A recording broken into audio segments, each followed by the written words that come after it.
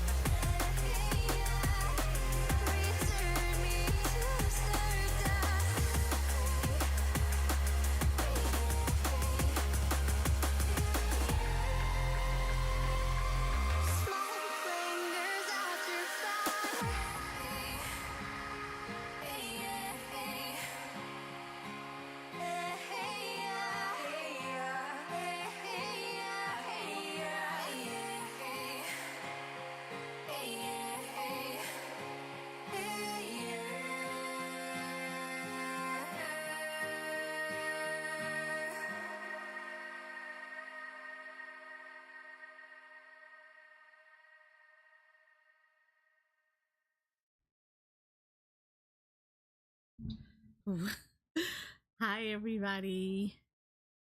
How are you guys doing?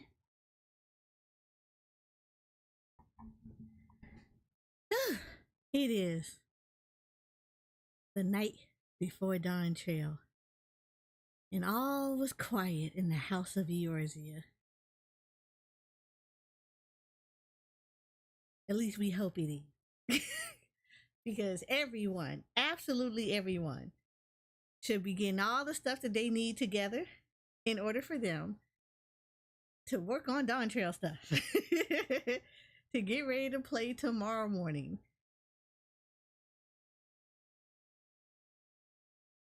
I'm gonna be at work tomorrow morning. Except for Ori. Ori will be at work. I don't even remember. Oh yeah, y'all can see here Discord. I had to make sure.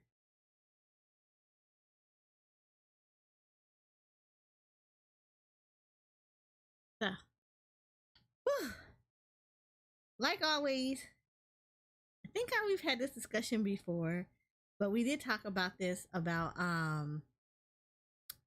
having stuff ready for Dawntrail.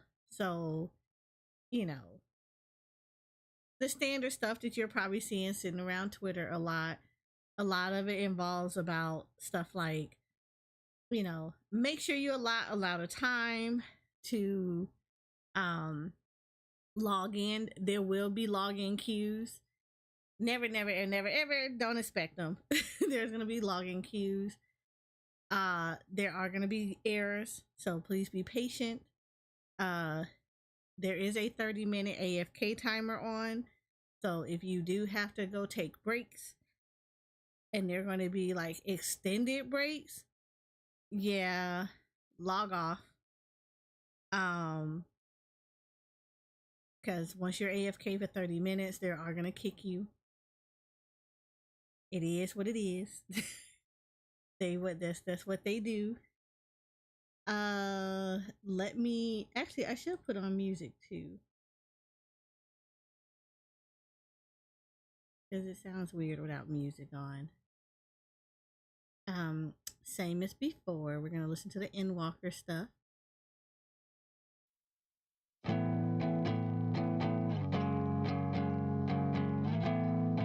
Ooh, it's so loud.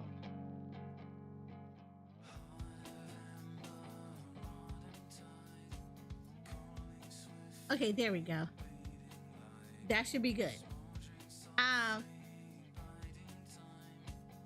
So it should be like the standard stuff. Like I said, expect login queues. So make sure you allot you enough time to be able to like log in and hang out for a little bit. Like it's not gonna be 20-minute queues. They don't do that. It's literally going to be quite a bit. So keep that in mind as you're logging in. Again, like I said, login errors are going to happen. If you are errored out in a login queue, try to immediately get back in. It's gonna help you tremendously because they give you like a certain amount of time to try to log back in, and you get to keep your place. But like, you know, you can't like get booted and then come back 30 minutes later and think you're still in the same place. You're not going to be doing any of that. So keep that in mind when you're doing your login queues.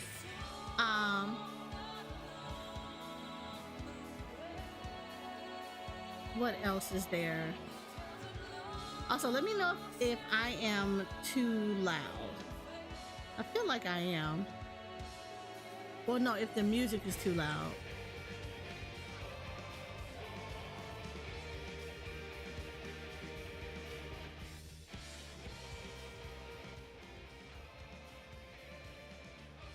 There we go. I feel like that's better.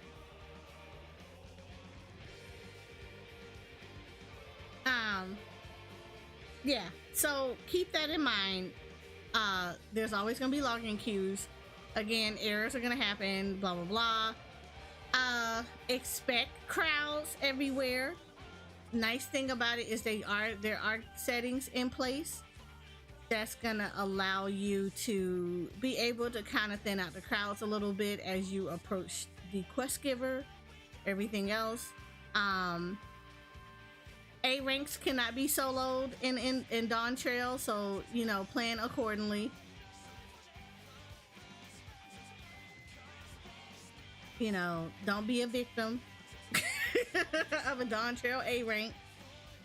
They are gonna be kept. They will throw hands on sight. You ain't even gotta hit them. As soon as they spot you, they will be throwing hands. Spoolers, for those that are going to be watching, please make sure that you avoid spoodles in chats. I know for me, when I do my stream title, I am going to tell you that we are going to be doing spoiler content. So if you do not want to be spoiled, and I can't even stress this enough, because there's always one. There's always one. I'm not even going to sugarcoat this. There's always one person who does not think that, man, I probably don't want to get spoiled, so I should probably not go into a Final Fantasy XIV stream that is probably playing Dawntrail. So, like, please don't do that. Don't be that person, because I'm gonna lie, you do it here and I'm gonna clown you.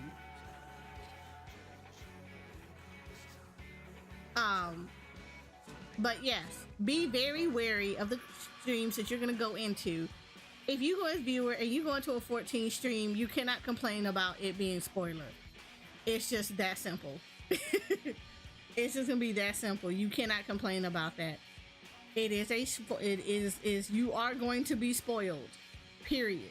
So if you have not progressed the story, if you have not finished Endwalker, if you have not finished Stormblood or Heaven's Ward or anything else like that, you will be spoiled, because there is a lot of content that interweaves with each other. There's going to be a lot of references for stuff, and people are going to be talking about things that happened in previous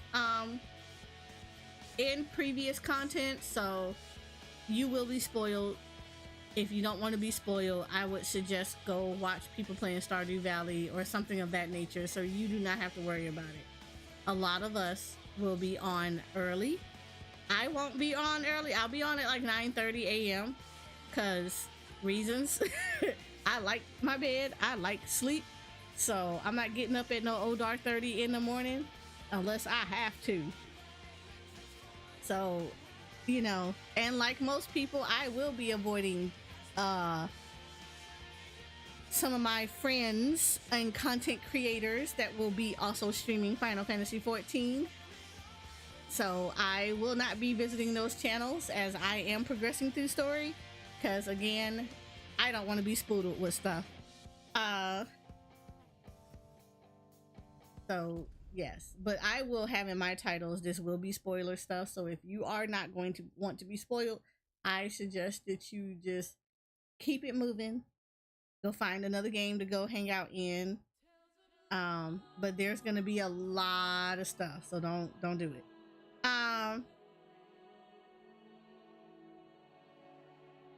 I will say, if you're in the FC, you know, make sure see if the FC buffs are on. Make sure you eat food always, because food is going to be good for your food is always going to be really good for your people. Okay. Oh yeah, this is important. I forgot to tell y'all this like a couple of days ago. Here's important. If you pre-ordered Dawntrail, you have earrings called the Azimia earrings. It goes up to level 90. You start off as level 90. I feel like I shouldn't have to put the correlation out there, but we're just gonna do that. Put the earrings on. At least until you get to 91. Then you take the earrings off. If you have higher earrings. But yes, you can wear the Azimia earrings if you're level 90. So your earrings can actually give you XP buff until you're done. After that, you should be good to go. gear wise, if you are not already 650 660 gear, you can go back. There is going to be a person in Charlea. She will be able to give you the 660 gear, the augmented not the savage gear, but the augmented tombstone gear for poetics. So you can go ahead, turn in your poetics to fill in gear that you do not have, and then you should be good to go with that one. As far as anything else is concerned, it will be the augmented tombstone gear, so keep that in mind. It will take you all up until about midway through the story, so about 95-ish you will start to, at about 95, level 95, you will start to replace your gear. So about midway, your midway dungeon should be the thing, and it's like normally this the third dungeon into the expansion that you will end up starting to replace your gear. So the 650 660 gear should take you all the way up unto the third dungeon in the story, and then you will start replacing it. So please plan that accordingly as well. Instances will be in place, so there always are going to be 3 instances for each of the areas in Dawntrail. It's just to handle the people being congestions as a common courtesy. Please make sure that you move away from the crystal after you get there. Not unless the story has you standing there. Please move away from it after you're attuned to it, and then go away. Go do your thing. Most of the time, if you're standing by the crystal, it will make everything congested because people can't really teleport if too many people are by the crystal. So just do the common courtesy, because you're not going to like it if somebody does it to you. Make sure you attune to crystals. When you get to new areas, touch them. First rule of Final Fantasy 14, touch everything. Touch it. Touch the crystals. If it's shiny and it's blue, you touch it. So we touch crystals up in here. So touch them. Make sure you got your teleport point. If you are coming from Stormblood or anything else like that, if you did not okay, so this is going to be important for those that did not complete Endwalker. To fly, if you all have previously noticed, if you were going through story for the first time, like not Dawntrail, but anything previous to Endwalker, and you notice that the ether currents are kind of low, yes, anything currently at this moment, when we log into Dawntrail from Endwalker below, you will only have to find about 4 ether currents in the world, in the open world of each of those areas. You still have to do the 5 ones that are tied to main story as well as side quests. Those are the blue quests that you're going to see, but you do have to touch. You're only going to get 4 of those in the overworld from Endwalker and below. However, I'm telling you right now, so you don't get culture shocked, every time you go into current content, you will have to get the full amount of ether currents. There are 10. There are literally 10 ether currents in each area for every expansion when it's current content. So please keep that in mind whenever you start Dawntrail, that you will be having to find every single ether current that's out there, and there's not going to be 4. There will be the full roster. Some areas are going to be split into 2 different zones. So if by story wise, if you get your ether current and you get all the ones, say for instance there's a top area and a below area, if you get all the top area ones and the ether currents are pointing to, your ether compass is pointing to say that you need to go look at the bottom area, then that's normally tied to story, and you won't be able to get those until after you get progress in the story. So your ether compass isn't broken. It's just that if an area is split up in the story and you cannot progress to a secondary area at the time that you're in the story, that means that, it's tied to a story thing, and you're not going to be able to get those ether compass, the currents, until you get there. So keep that in mind. I think a lot of people get culture shocked when they go into from a expansion that you only really have to find 4 ether currents to another one that tells you you're going to have to find 10. It's the way of Final Fantasy. It is the way, and we have embraced this way. So you will not be able to fly right away. You're gonna have to find them, and it's a journey. It's about exploring and touching everything. Hi Jay, how are you?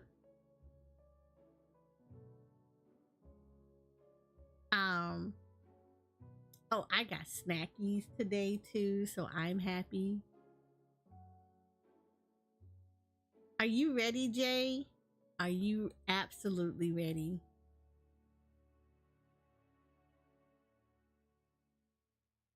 I hope you're ready. I'm ready.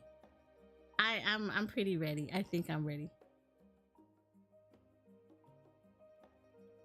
Outside of that, everything else I think should be pretty good to go. I don't think there's like a lot that has been covered that you probably aren't seeing already on Twitter and stuff, but if I know, or if you got questions, you can always ask. If I don't know, we're gonna look it up together, but I can tell you the things that I've experienced as someone that has played this game for a long time and have gone through every single expansion as it has come down. Did you share your snacks? Of course not. Did you not read my messages that I was sending in the clan chat in Destiny? I know Ori did because he would have responded. Also, Ori, did you see what I sent you?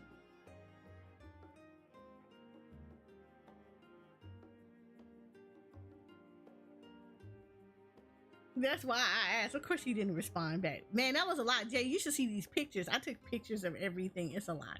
I am prepared. I am prepared for Dawntrail. Give me 1 second. I gotta hook my phone up.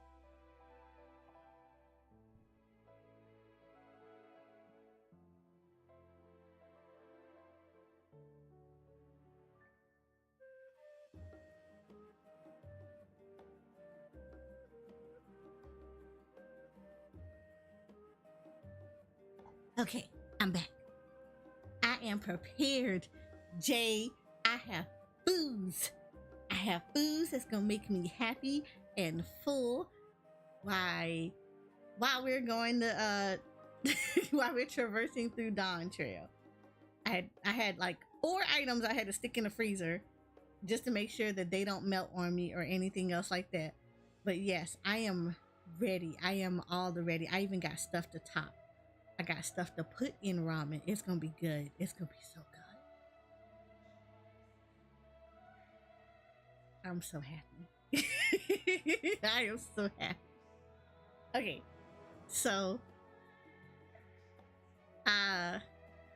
so we do have stuff though. Okay, so full patch notes are now out. So those that don't know, always before, like a couple of days before the expansion, 2-3 days before expansion, they will always put what's called the preliminary patch notes. It pretty much covers most of the stuff that they'll be changing, but they don't add everything in there because they like to make sure everything is finalized, and then they don't want people to, like, you know, try to get all freaked out, you know, 2-3 days in advance. They tell you the day before. If you have not been watching, Final Fantasy XIV has been live, and they do a reading of the patch notes themselves, but it's completely on Japanese, so they do not do the translations and stuff during the patch notes, and that's why we do it. So myself and other content creators bring you to our channel so that we will read the patch notes that are for you guys. He said doesn't understand Japanese yet. Same. Like, I need to reacquaint myself. But, like, it's gonna be good. It's gonna be good. We're gonna get there, Jay. We're gonna get there. Okay, so we're gonna go over it. I'm not gonna read through everything because I did the preliminary patch notes reading and we went through a lot. So this one is just pretty much, we're just gonna read the stuff that are changes.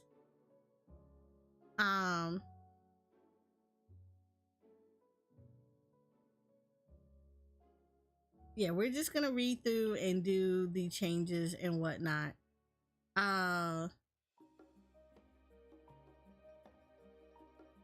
That way that's not gonna be an issue. Noodles. Oh, noodles.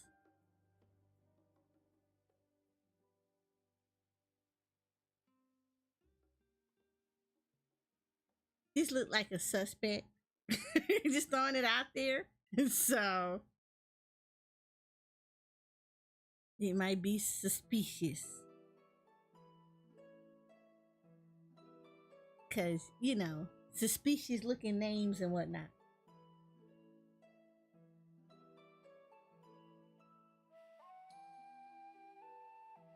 So let's do that.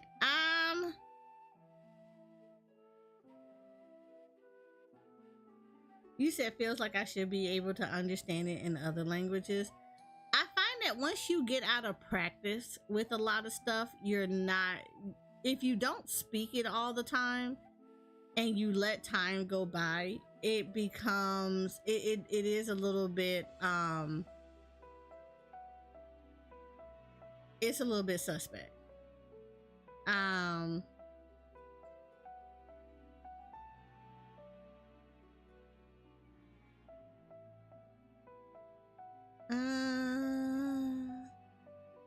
Yeah, I'm just gonna go ahead and do this. I feel like you'll say something if it's legit, because the name, it's not naming. The name is not naming.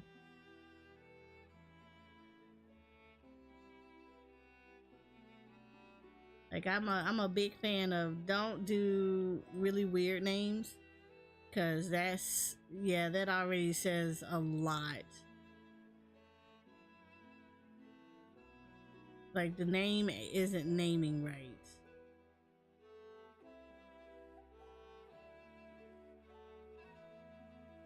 Yeah, name ain't naming right. Let's do this real quick. We're gonna put a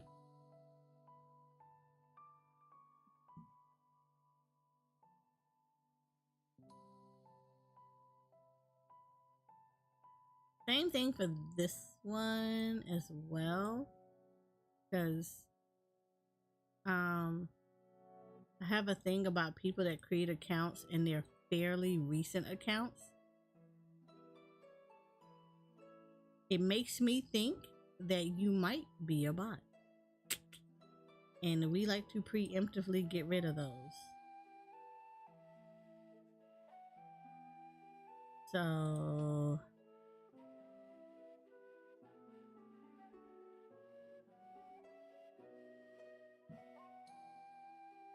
we do that. You know what to do if you are not suspicious. If you're suspicious, you won't do it. But if you're not suspicious, you already know.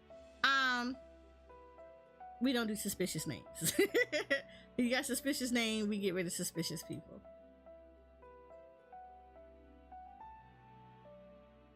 Alright, so we're doing a patch note reading today. And it's not going to be the full patch note like I said before. It will be the changes that happened, the stuff that they omitted from the prelims. That way we can get a better view of like the stuff that's going out there. Alright, so of course we've already covered, there are new cities that have been added. Oh, we're also going to be doing the job guide as well. So make sure, like, we will be going over the job guides for people. There are going to be changes to your classes. They touch every class, every expansion, so please be prepared for that. You will be spending quite some time to fix your hotbars. Right, so we do have new areas to Tural, South Solution 9, and like I said at the last time, typically this is going to be the two areas that will have market boards and will be the areas that you will have the most activity. Tural will be the starting zone, so it will probably be set up just like Charlea. This is where most of the crafting and gathering little custom delivery quests is going to be. This is where your hunt boards and everything else is going to be at. And then Solution 9 will be the zone that once we are completed with MSQ, this is where you will come back to get your tombstones, gear, where you're going to probably turn in your collectibles with Rowena, all that nice little stuff like that.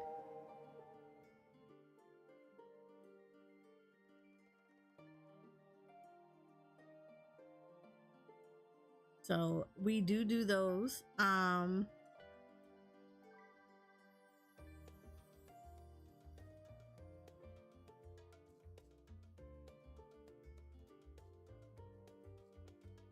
I'm checking some stuff. Hi, thank you for the follow. How are you?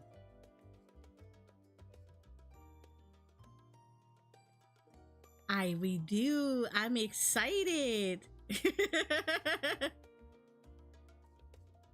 I am so excited. I'm already ready. I was just telling everybody how I got foods. I went shopping today. So I got travel food. MSQ food. I am ready to go. So we did cover all of the new areas that will be showing up. New city and field aetherytes, we covered that. Of course, new main scenario quests. They're not going to tell you the names of them. Well, no, they tell you this. Okay, that's cool. A new world to explore. So that will be the first one. You do have to go to Old Charlea. So, once you log back in, if you're not already in Old Charlea, go ahead and go back to Old Charlea so that you can pick up a new world to explore quest. That will be the starting quest for the MSQ. We also will have side quests that will pop up again, like I told everybody before, because they're introducing a tutorial on how to do Fantasia. If you want your free Fantasia, you need to go back to Uda. There's a medicine merchant there that you need to talk to. They will go through a brief tutorial on how Fantasia works, and then you will get your free bottle of Fantasia. And for those that would like to change over to female Rothgar or any other class, there you go. You get your free Fantasia for that.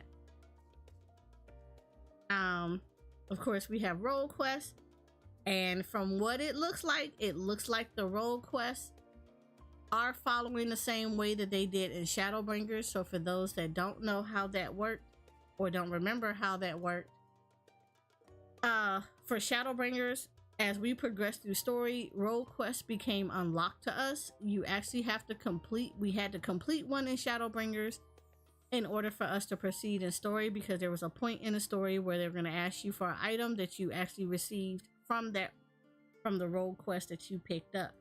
So this looks like you do have to do the same thing, that you do have to pick up the role quest and proceed and follow along with it, as well as MSQ. So there will be some back and forth. I would highly suggest that what you do is proceed with the role quest.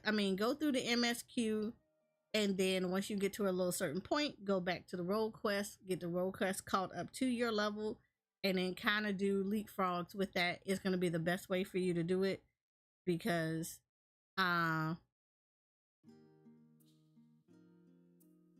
you said come get your cat, Few. Why is Ollie sleep? Why you let Ollie sleep on the table? Look, Ollie does what you allow Ollie to do. I be telling you, you need to assert dominance in the house.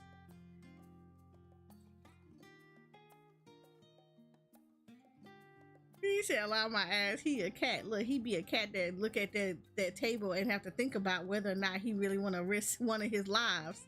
He got 9. He gonna be thinking like, how many do I really want to risk with this or be on my table? Like this may not be the hill I want to lose one of my 9 lives on. I'm just saying. I'm just saying. But yeah, so it looks like the role quests are gonna go the same way they did in Shadowbringers. So make sure you pick them up and you follow along with them and do them as you're leveling up. That way you can kind of stay current with them. It's gonna suck if you ignore them and then get to a point in the story where they're like, yeah, you can't proceed because you didn't do your role quest, and now you gotta go all the way back and do the role quest. I like to do them alongside my MSQ. So make sure you pick them up. Each of the roles do have one. So the tanks, the melees, the physical range, the magical range, and healer each have a role quest. If you're like me, you're gonna do all of them at some point. I like to do all of them, but I suggest that whatever world you're gonna go into, that's the one you pick up. Whatever one you're gonna do your MSQ on, that's the one you pick up and follow along. But I will be doing all of them. So the new jobs also have, again, like we covered this anyway, but like this is probably important. Viper can be picked up. You will have to go to Odal to go pick up Viper, and for those that want to be Pictomancers, go to Old Gridania. I will be picking up both of them, but I will not be leveling both of them per MSQ. MSQ is I always do MSQ on the job that I started this game with. That is Summoner. I came through and I was born into this world as a Summoner, and until these servers go down, I will do every story on Summoner. So, but I will be doing Viper very soon because I actually have to raid on Viper, so I do have to get Viper leveled up. So I will be doing Summoner first. I will probably get through level the tank, and then I will turn around and do Viper. That way I can go ahead and knock out my mentor requirements.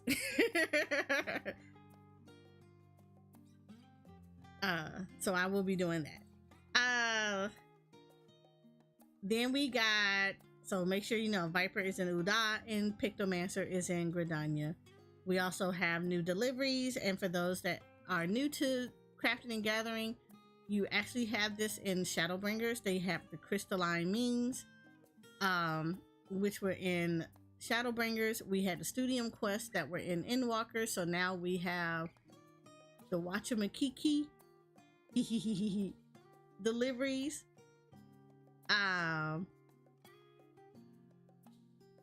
We will be doing those as well. So if you got crafters and gatherers, this is going to be a good way for you to use these to level them. I gotta be honest with you. Let me tell you how this works. So they're all grouped up. So each of these quests are grouped up by your crafters. So Blacksmith, Armor, and Goldsmith all share a quest. Carpenter, Leatherworker, and Weaver share one. Alchemist and Culinarian will share one. Miner and Botanist share one, and Fisher is the only one that's by itself. I'm gonna tell you right now, if you're trying to level all of your crafters, you are going to need to spread out the turn ins. It sucks. It is going to suck because of that. But you will have to spread out your turn ins. Because once you complete these quests, you cannot come back. There is no second time to do this or anything else like you do for like the custom deliveries, or how you do the like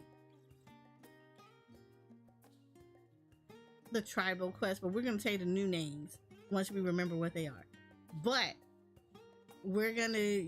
these are a one and done. So once you finish that particular quest or a series of quests, it will go away. You cannot go back on your other crafters and go get them.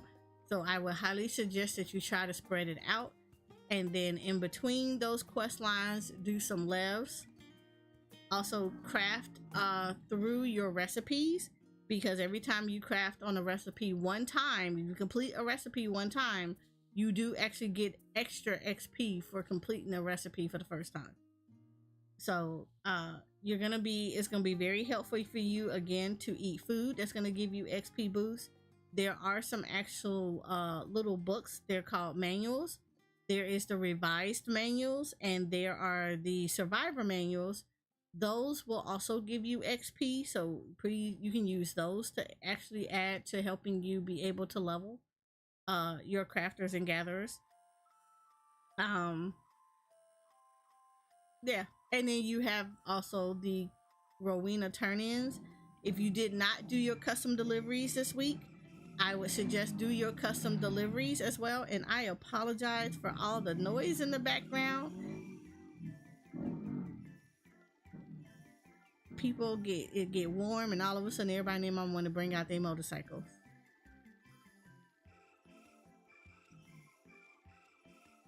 And he ain't even messing back. The bad part about that is the man ain't even doing nothing.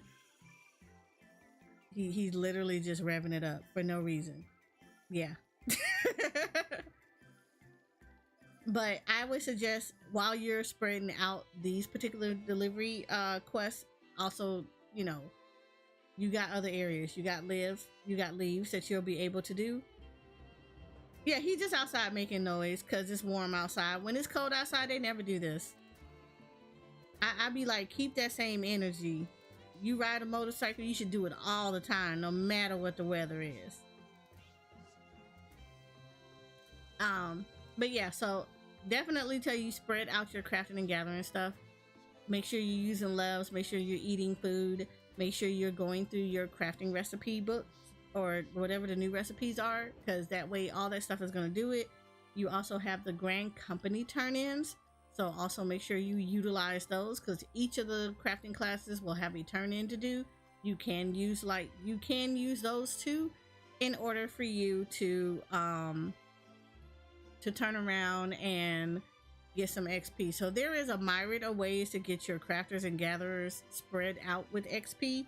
But like, yeah, if you do these on one class, you will only do, like, trust me, it's gonna be a lot worse if you do it if you do it on the one, because then the other two that would share that quest will not be able to come back and do those quests. So I suggest, because I do it for my personal self, I spread out the turn-ins among them. There's typically 9 turn-ins that you have to do. So each class that gets it will get 3. 3, 3, 3. That spread out the XP with that. If there's only 2, of course you're gonna like pick one over the other that's gonna get a little bit more than the other ones. But yeah, so I would suggest spread everything out.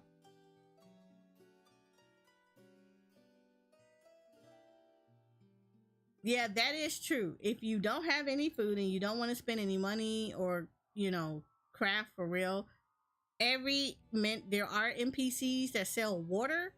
At least get the water. The water is an XP bonus.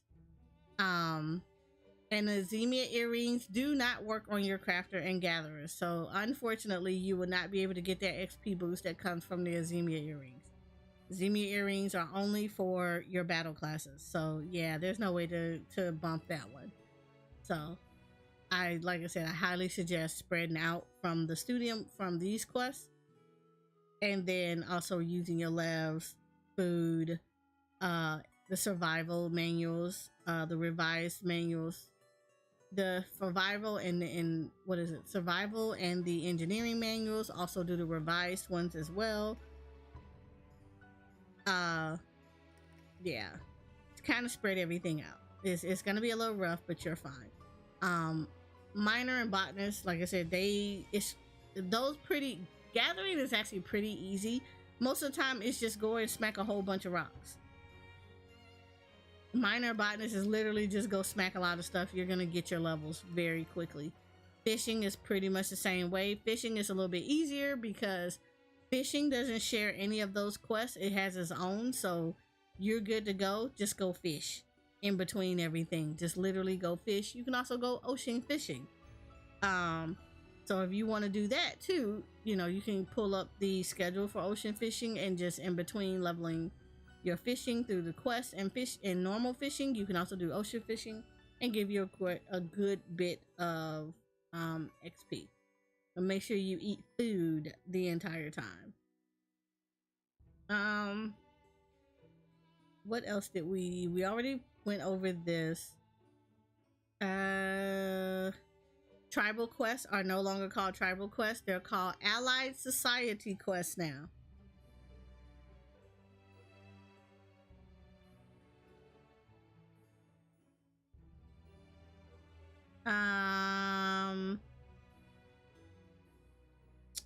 We got the gemstone trader, so all of that is in here.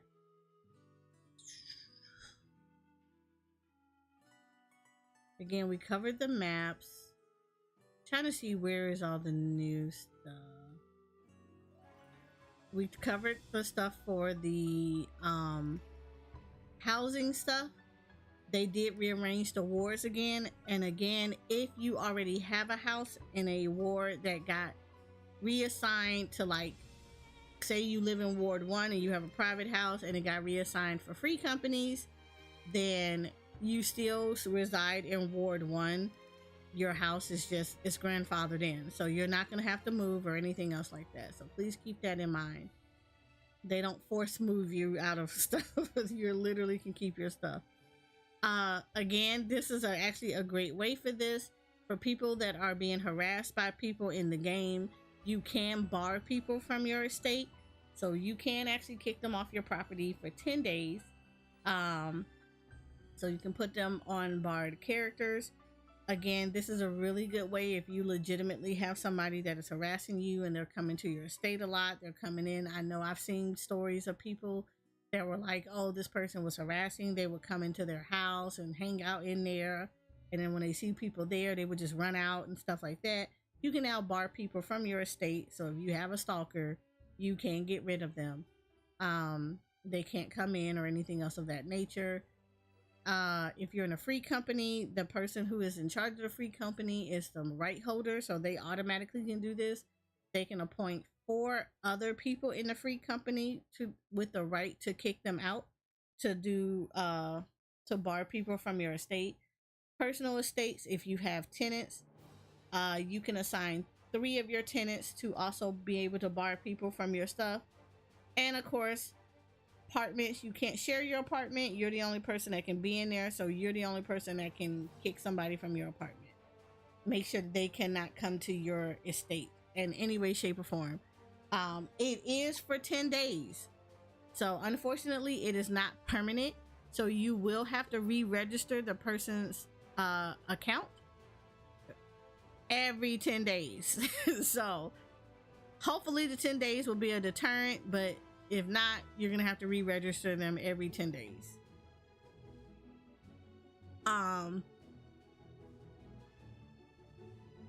They also added the thing where I think that was an issue, where people would go in and they forget which house they have like bidded on, and they would look at other property. You'll now get a notice that if you have already bidded on a property, if you click on a different one, it will tell you that you've already submitted a lottery entry on here. So yeah, it's just giving you a warning that you've already bidded on something. You're not going to be able to bid on that property. So as I always, like real estate in real life, make sure you look around and make sure that what you bid on is what you want. I highly suggest just looking around. We're on a lottery system, so you're not forced to like bid right then and there unless you wait till the last day to try to bid on something. But I highly suggest look around, make sure that the property that you have is the property that you want. You should be good to go. It's the same thing. We got new furnishings. I am excited for this. We're supposed to be getting expanded slots for our housing, so I'm happy about this too. Also, again, I pointed this out, but here's another way for you to get some XP for your crafters. We have crafting facilities, so we actually have furniture that is like specifically for craftings, for crafters. So if you have them, you can actually put them down in your FC house or in your personal house, or if you have an apartment, you can put it in your house, in your apartment, and you can actually use these. So if you touch them, you get a specific amount of time that which you get additional XP, and they go up to class 90. They go up to level 90.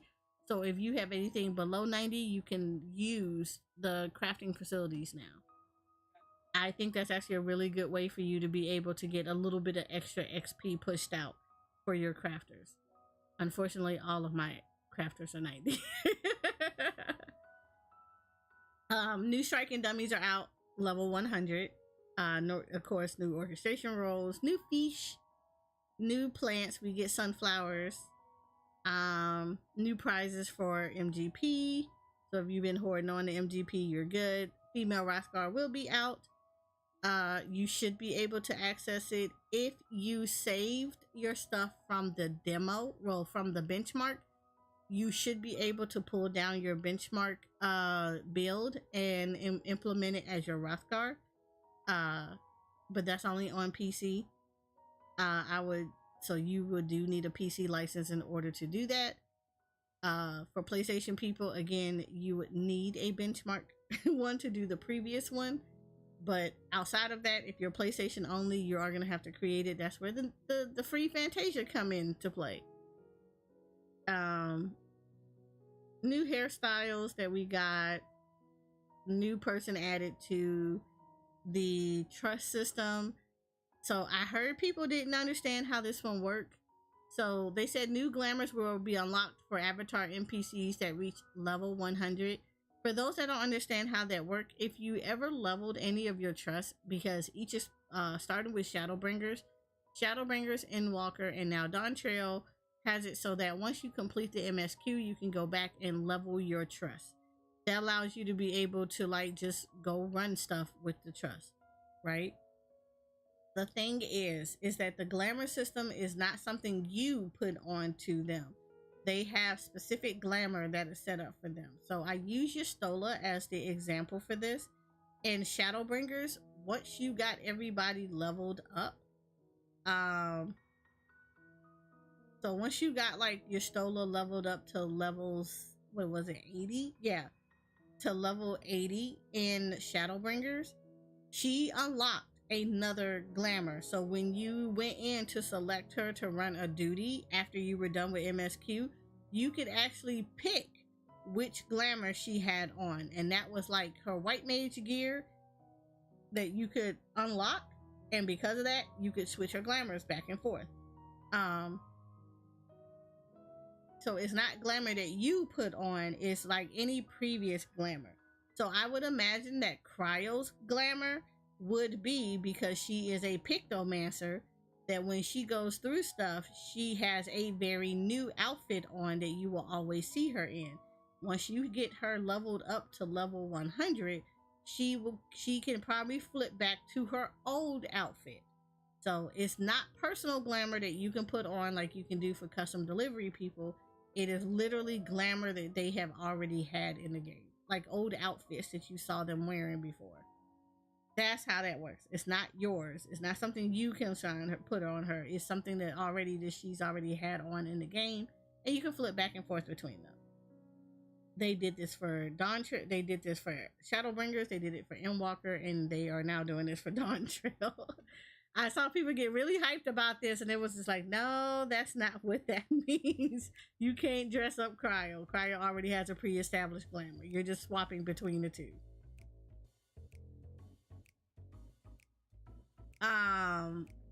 And of course, Dawntrail category has been added to duty support.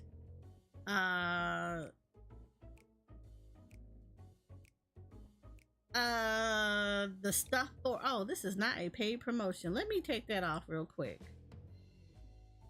I forgot that I was doing a sponsor stream earlier.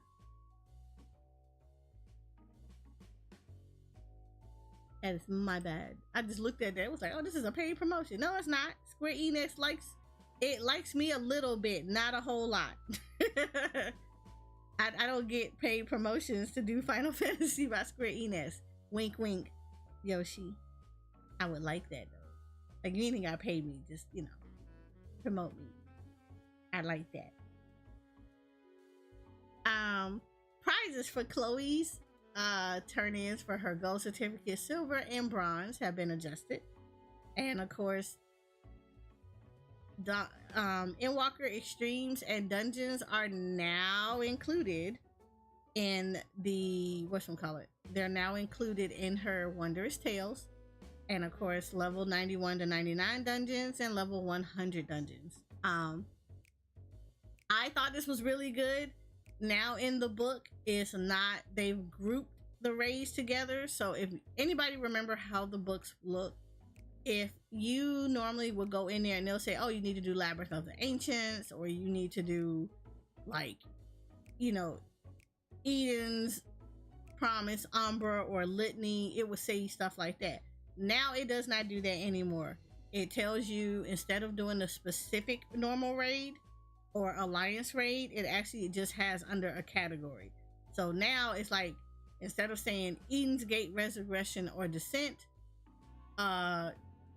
it will just say Eden's Gate. So any of the fights that fall under Eden Gate, it will just say Eden Gate. And any of those fights that you do, you just have to go do those for Wondrous Tales. Just do one of those. doesn't matter. Instead of them specifically telling you which one to do, it's just gonna say Eden's Gate. So any of those 4 fights you can just turn around and do and be done with it in your Wondrous Tale.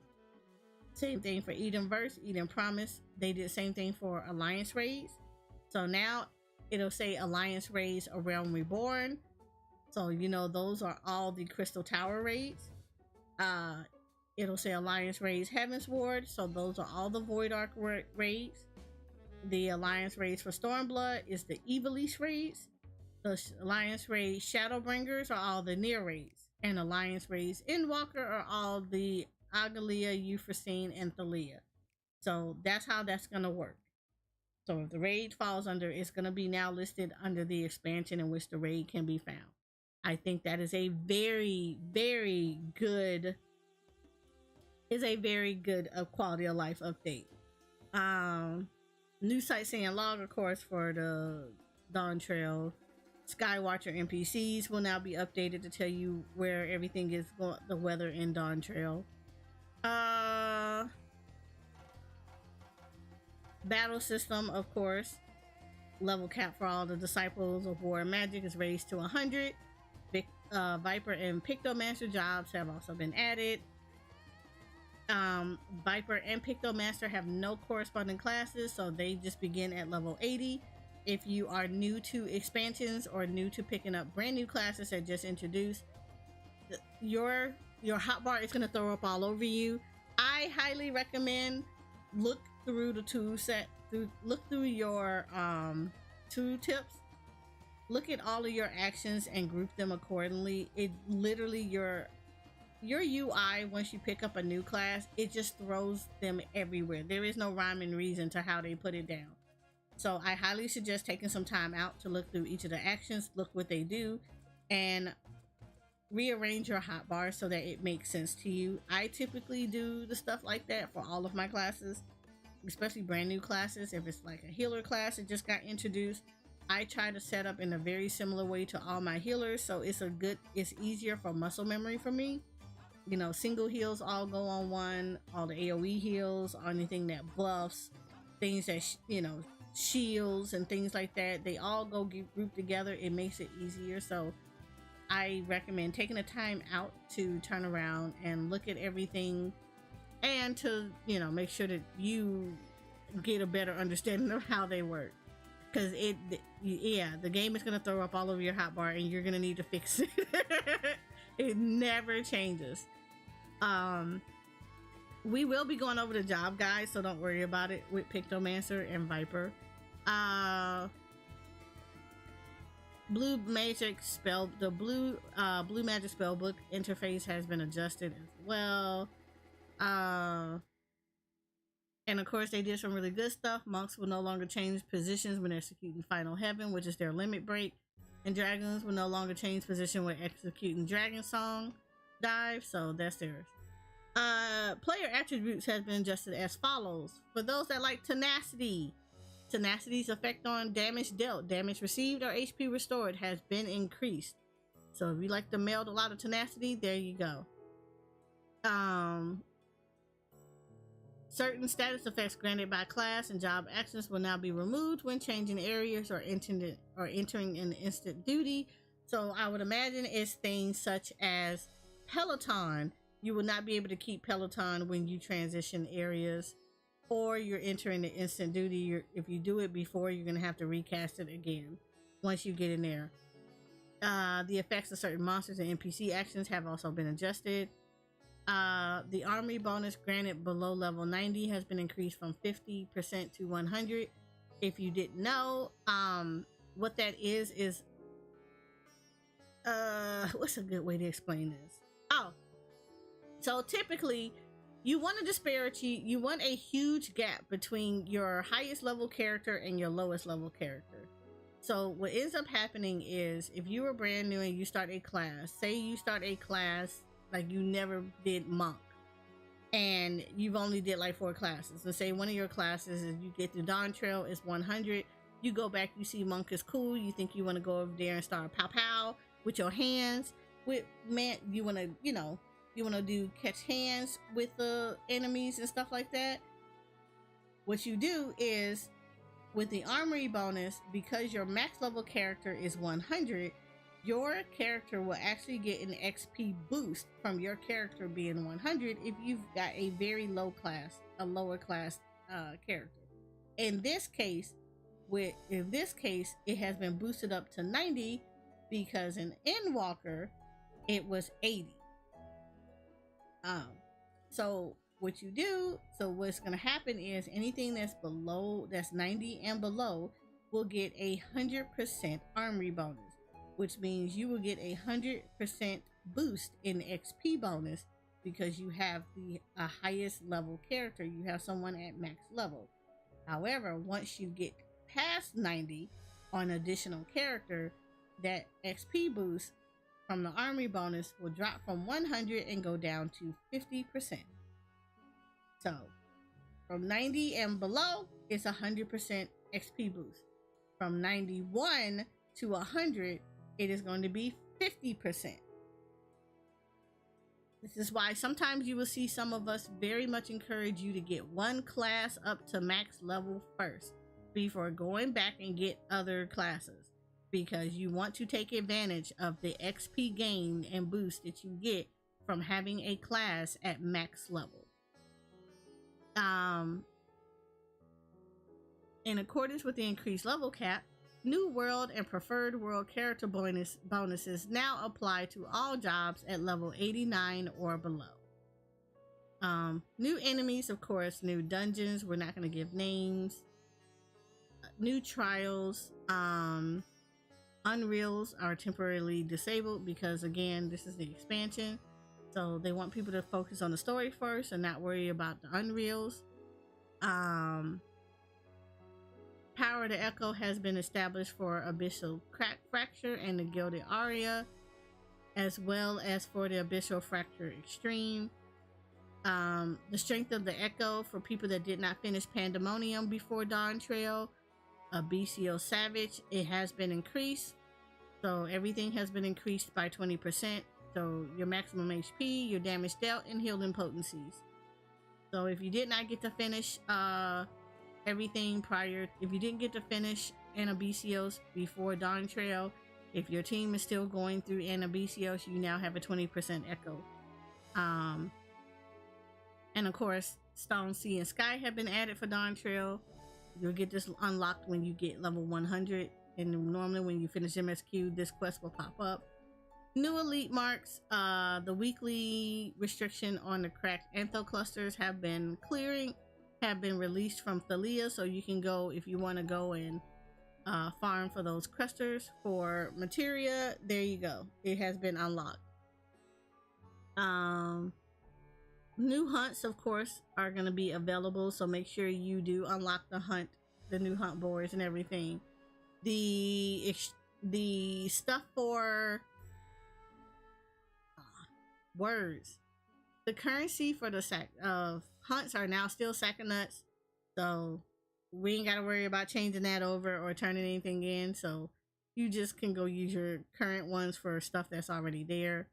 If you like me, I'm a hoarder, so there you go.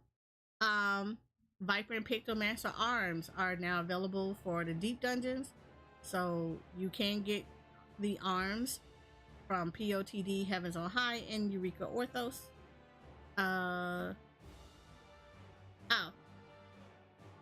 Elegant tomestones of aesthetics. So every expansion, they always give us new tomestones.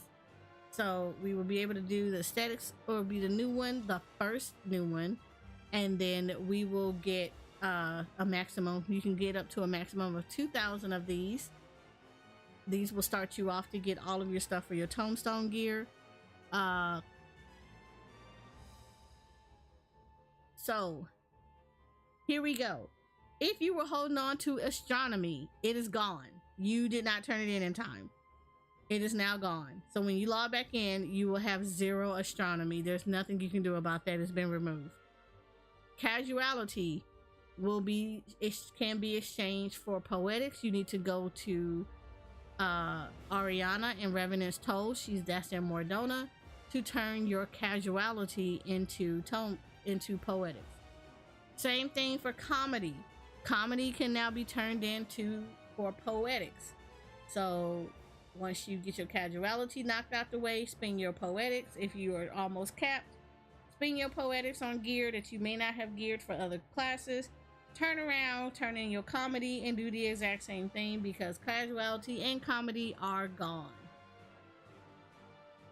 So everything is now poetics and aesthetics for right now.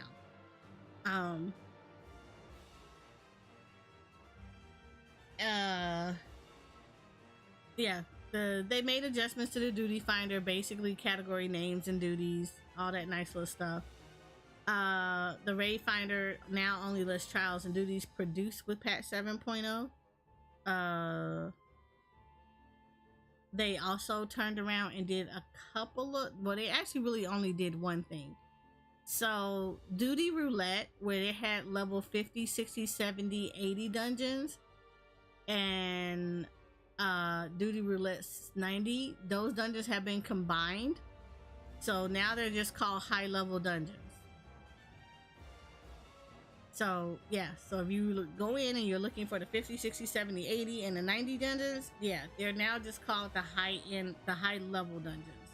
So they all have been combined into one. So now we have expert, high level dungeons, leveling, trials, main scenario, alliance raids, normal raids, mentor, and frontline as the roulettes now.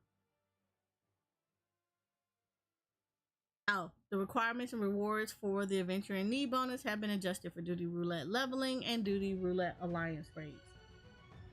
Okay, so the requirements now is what it was before is class or job at time of registration is level 80. It's now going to tell you need to be level 90.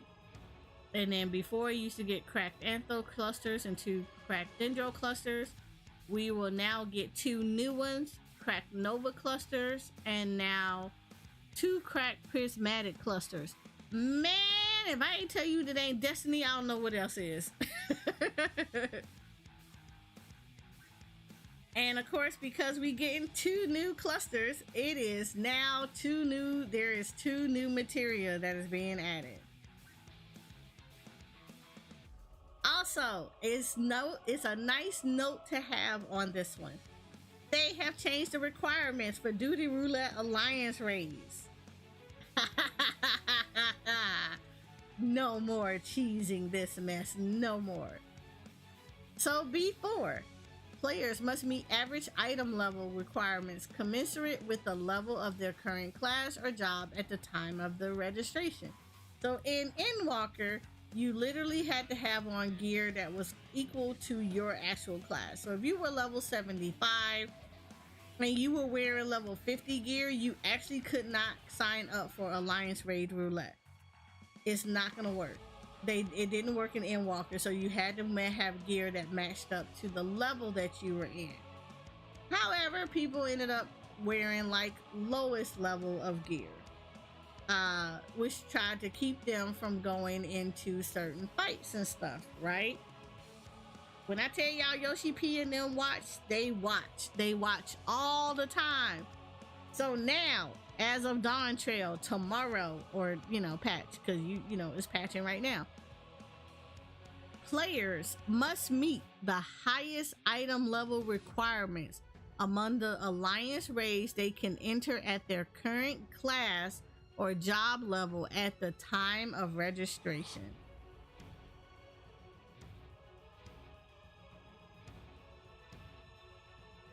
Y'all don't know what that means? Please tell me y'all don't know what that means. I'm gonna assume that some of y'all don't know what that means. That means if you are level 83, your gear when you do alliance raid has to be equal to the highest item level requirement among the alliance raids. That means you have to look at the last raid, the last near raid, and be having gear that meets its requirement, not copied factory, not the middle one. You have to go to the third one and look at the highest gear requirement for that. That's what you have to put on. because they do not want y'all sitting over here keeping us people in lower level raids for this stuff. So you need to now be equipped to be in that, to be able to go fight the highest level of that raid. Like, even if you don't have it on, you gotta have it on. So yeah, we're not playing that. PvP actions from Viper and Pictomancer have been added, so we'll be looking at the PvP actions. And of course, new items for the trophy chest. New items are available for wolf marks. Series 5 will end and Series 6 will begin. Seasons 11 will end and a preseason will also begin. Hi Chef Monkey, how are you? They still did not add this, but yes, they are going to. They do have new items that have been added, but since it's a lot in the patch notes, they're not going to release it in the patch notes. Same thing with the recipes. It's a lot. We can now wear glasses with your helmet now, so your glasses are now considered separate from that. I thought it was really cool. So it's called face wear, and you can actually equip it from within your character list, or you can do it from the fashion accessories. You do actually have some already in place. You can go to the Calamity Salvagers to actually claim some if you already own them, but you throw them away. The Calamity Salvager will have them and you can get them back for free. Nice quality of life change, the Fantasia and the Retainer Fantasia bottles. If you all knew before, both of them look alike and you literally had to click on them to figure out what was what. Now there's an icon that is going to be on them. If it's a little person, it is Fantasia for you. That means it's your Fantasia. If it has a bell, it is for your Retainer. And the ones for the Retainer works the same way as your personal one. The only difference is you don't have to log out of the game. You just have to go back to your the Retainer vocate and then go in there and select the new to do a character adjustment for your retainers. Certain items can now be sold, desynthesized, or submitted for expert delivery missions. Grade 11 and 12 materials are now added, so that is the new 11 and 12 are the new materials.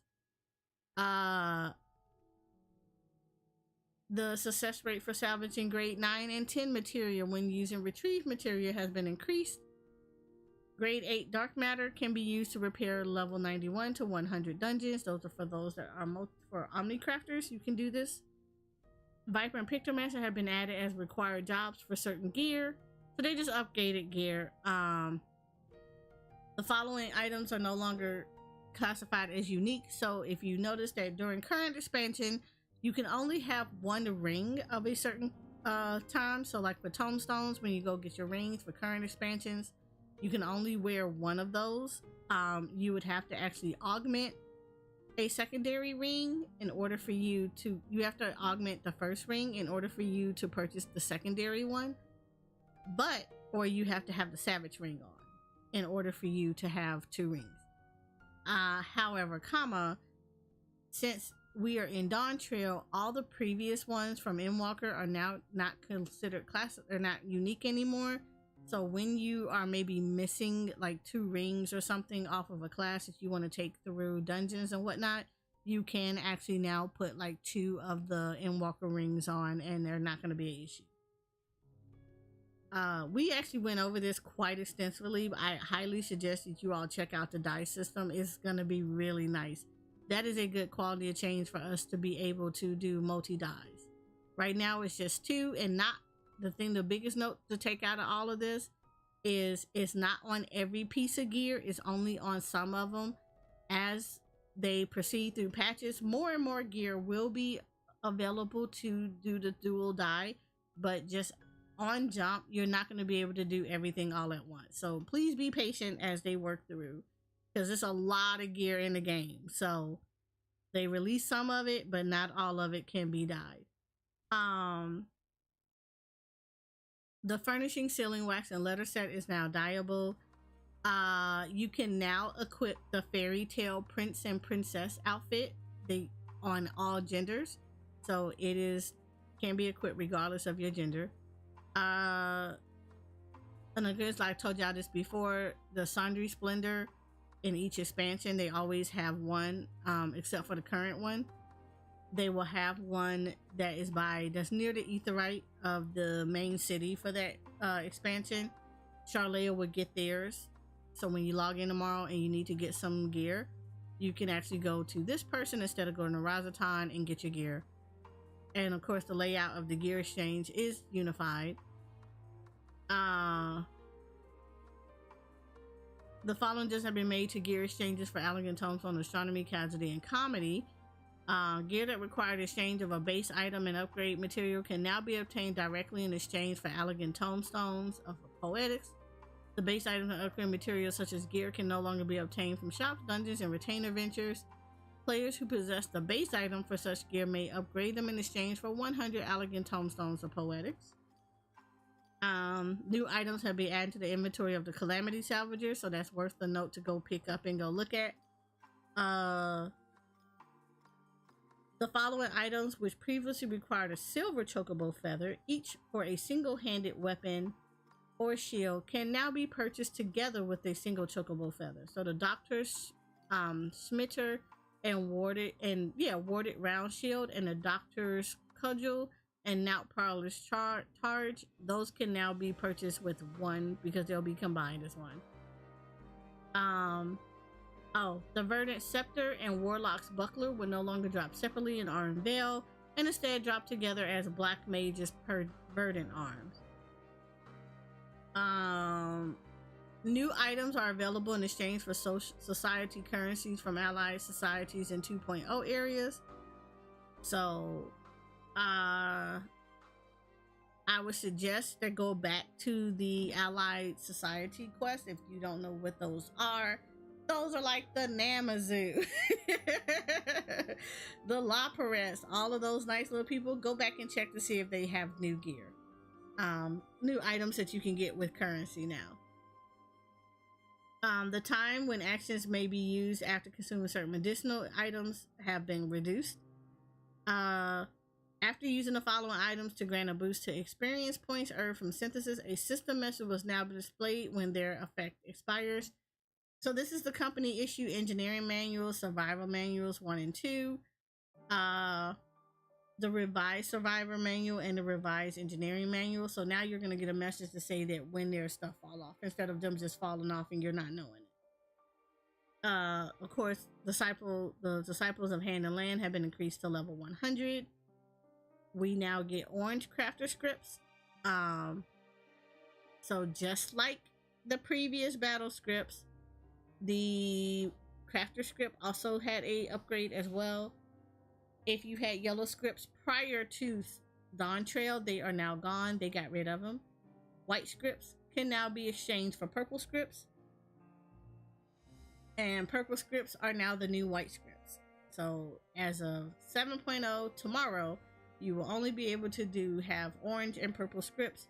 White scripts need to be removed, need to be turned into purple scripts. So purple scripts would be the lowest gear, would be the lowest currency scripts that you can get for turn-ins, while orange will be the highest. Orange, you will not get them until you hit level 100, so you will be earning a lot of purple scripts before you get orange scripts. And of course, white scripts and gatherer scripts will no longer be obtained, and you can no longer use them for obtaining items. So I suggest, again, turn in your white scripts to let them become purple scripts. And again, same person that is over the battle scripts, you will do the same thing in Mordona, Ariana. Go talk to her and exchange your scripts. And the amount of type of crafters and gather scripts received have been adjusted, so they all have been adjusted to reflect these changes. The following changes have been made to collectibles. The experience points rewarded when delivering collectibles will be standardized per item, the amount received no longer being reduced at lower levels. So good job. So I like that it's not going to drop the amount of experience you get, even if you're on a lower level. If you can craft it and turn it in, you're gonna get the max amount that you can get. It's not gonna be based on level, it's all standard. So everybody gets the same amount of XP. Experience points rewarded when using a class at level 90 or above to deliver collectibles that are level 90 or below have been capped at 1,000.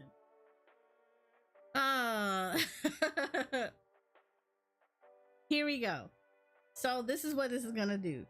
If you are level 90 and you go back and you go to, say, Zoli, because Zoli is in Ishgard, all of Zoli's stuff,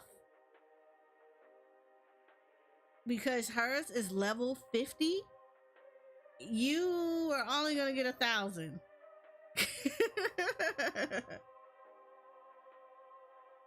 That's it. You're only gonna get 1,000 because she's level 50 and you are level 90 trying to get XP from her. So essentially, they're gonna want you to utilize custom deliveries at your level or higher. So yeah, gone are the days of doing that for level 50 and below stuff, because I know it's easier to turn them in because it's like literally one button push, you're done. But yeah, now you're only going to be capped at 1,000, so they're going to force you to do your custom deliveries at 90 and above.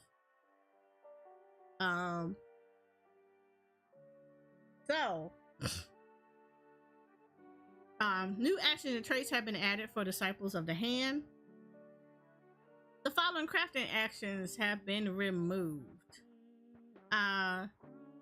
Applicable to all crafter classes. Focus Synthesis and Focus Touch are now gone.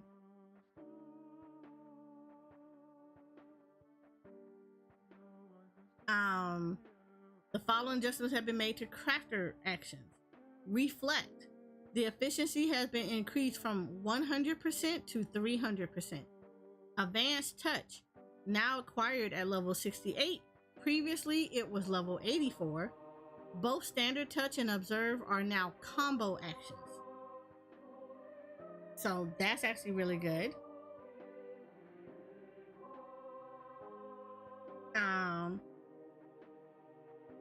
The categories and special recipes in the crafting log have been adjusted. So if anybody that crafts in the firmament a lot, you normally had to go through restoration 1, 2, 3, or 4.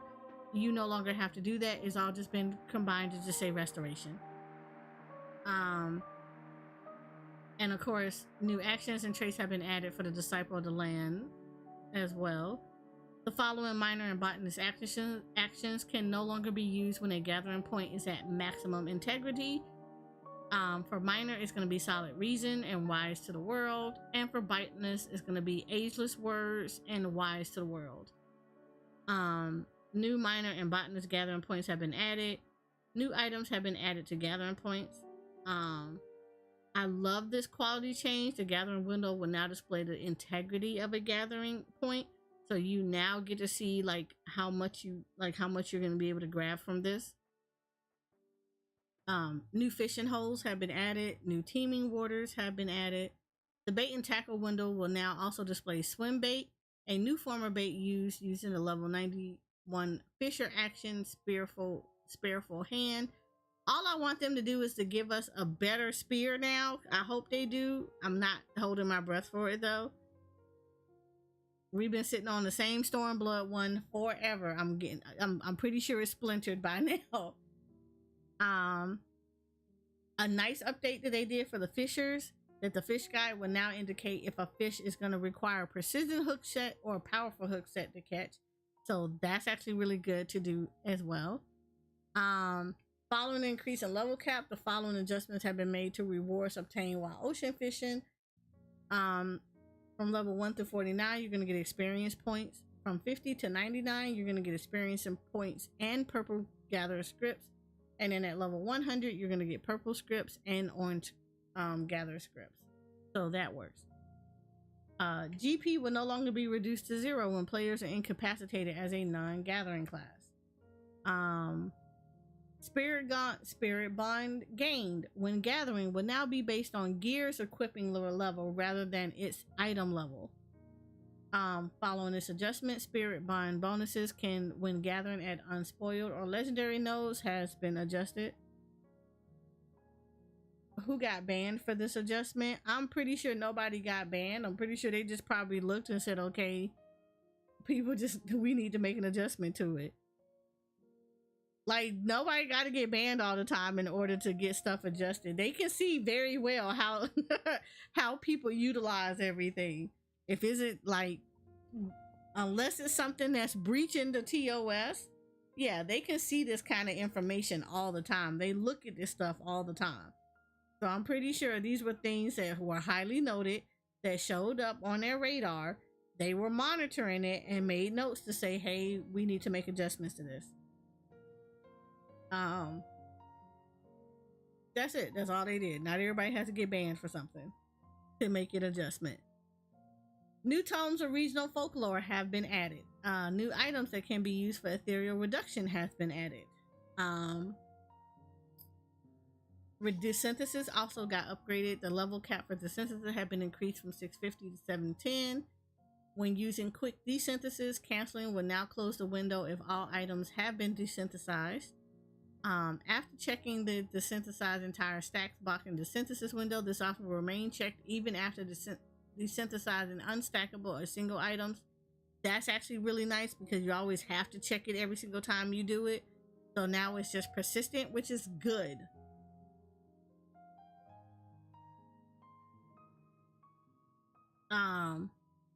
You think, look, Nagi, you really think somebody's gonna sit here? I don't deep dive like that. I don't look for drama. So I'm probably the wrong person you want to be asking for, say who got banned. I don't know, because I don't go looking for that information. And I don't use mods, neither on PC or on PlayStation. I mean, PlayStation, you can't use them anyway, but I don't use mods like that. So I probably could care less.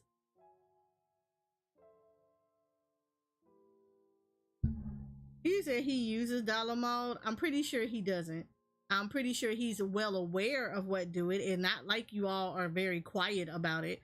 You put it all over. You literally say it in Discords and forums and everything else in a mama. So yeah. New mounts have been added. New minions have been added. I want both of these. I actually want all of these. Y'all don't know I'm a minion and mount collector. I try to go for as much as I can. New chocobo barding. I want this too. New fashion accessories. I definitely want this. I want this umbrella. There was a lot in the graphical update. I highly suggest people go in there and take a look at it. I was super impressed. I cannot wait to see my character full blown on screen in her new graphical update gear. It's gonna be nice. We also covered the thing about the Fantasia, but I'll do a quick cover about it again. The Fantasia, basically, once you use Fantasia, you'll have 60 in-game playtime minutes in order for you to make unlimited changes for your character. Once you exceed the 60 in-game playtime for the initial use of each Fantasia, you will no longer be able to make changes, and you'll have to use another Fantasia in order to do it. So within the 60 in-game playtime, you have unlimited times to go back in and change your appearance for your character. This is actually super helpful because sometimes what your character looks like in the character creation screen is very different than what it looks like when you're looking at them full blown in the world. So this allows people time to make some simple adjustments, things like that. But like I said, you only got 60 minutes of in-game playtime. After that, then you need to use a Fantasia for that. New market board in Tural is going to be added there. So it's going to be, again, just like Charlea, starting city always has a market board. You can now put your retainers into Tural. You can also create female Rothguard retainers. Level cap for your retainers are level 100. I talked about this a little bit. I'm just going to do a gentle reminder. Retainers can only level the classes that you have leveled. So if you are a bard and you have make your retainer a monk, and you have not picked up the monk class in any way, shape, or form, your retainer is not going to level as a monk. You have to actually pick up. You actually have to have the ability. You have had to have the job that you want your retainer to be, and you need to have that job leveled. The retainer does not level past you. It levels at whatever highest cap you have of that job. I've seen a lot of people do that, and they make that friendly mistake because they like a certain job, but they don't want to play that job, but they want their retainers to be, and they never pick up the soul stone, the job requirements for it. It doesn't work like that. Your retainer can only be the job that you are, and it can only level as far as you have that job. So I highly recommend that whatever jobs you have, those are ones that you assign to your retainers. Your retainers can only be battle classes and gatherers. How you assign those is particularly up to you. Everybody does them differently. Everybody has different needs as far as what you want your retainers to do. I suggest always giving your retainers a job. They will help you in the long run. They do bring you back items that you can utilize for yourself, whether you can sell them on the market board, or they bring you back gear, glamour, dyes. They bring you back money. They bring you back a plethora of things. So it's always really nice to have your retainers leveled up.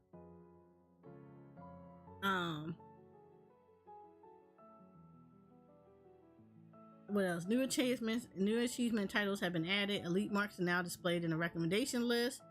The guild cost for using teleport has been adjusted. With the addition of new areas, the world map has also been adjusted. They did adjust the boundaries for Limsa. So all maps will now display at high resolution quality.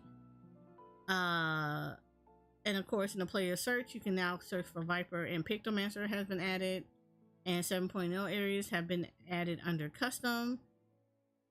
Size of the outline status pull down has been increased. I think we went over this about the target stuff. Yes, they actually talked about this during the live letter, but I highly suggest going to the action and trait windows, because now they do action change settings. This is going to actually make it a little bit easier for people that don't want like a million buttons on their screen.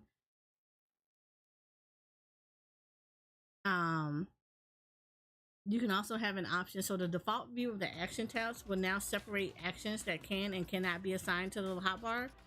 A new option has been added, allowing players to choose whether certain actions will be replaced by another on the hotbar when executed. So essentially, instead of you having a button for everything, you can have one button, and as you hit, and it'll be something like a combo. So say like Samurai has a combo or whatever, you can hit that button and you can choose to have it where it may change into something else. So you can either choose to have it as a separate button that you want to push, or you can just do like a one button thing, and it'll change as you're executing through that combo. You can also have it where you can enable the option to have a recast timer to prevent erroneous inputs of action that replace others on the hotbar upon execution. So that's actually going to be really nice for people that misclick. So I think that's really nice. Oh, the gauges for certain jobs have been added or adjusted. Hey, Rainbow. You said the same joke everyone says when we get back. That's the first time I've ever heard that. So I don't know about that.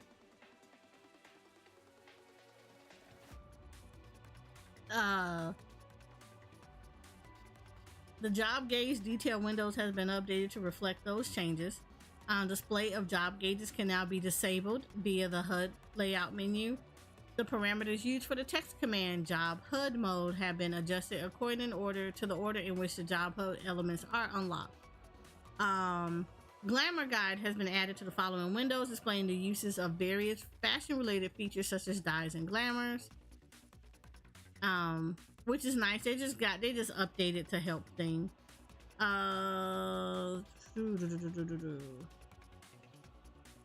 The mentor requirement, well, the new adventurer status has been updated. So before it was have played less than 300 hours and have not completed the main scenario quest, Death Until Dawn. Now is have played less than 300 hours and have not completed the main scenario quest, The Coming Dawn. So that's what your status is now.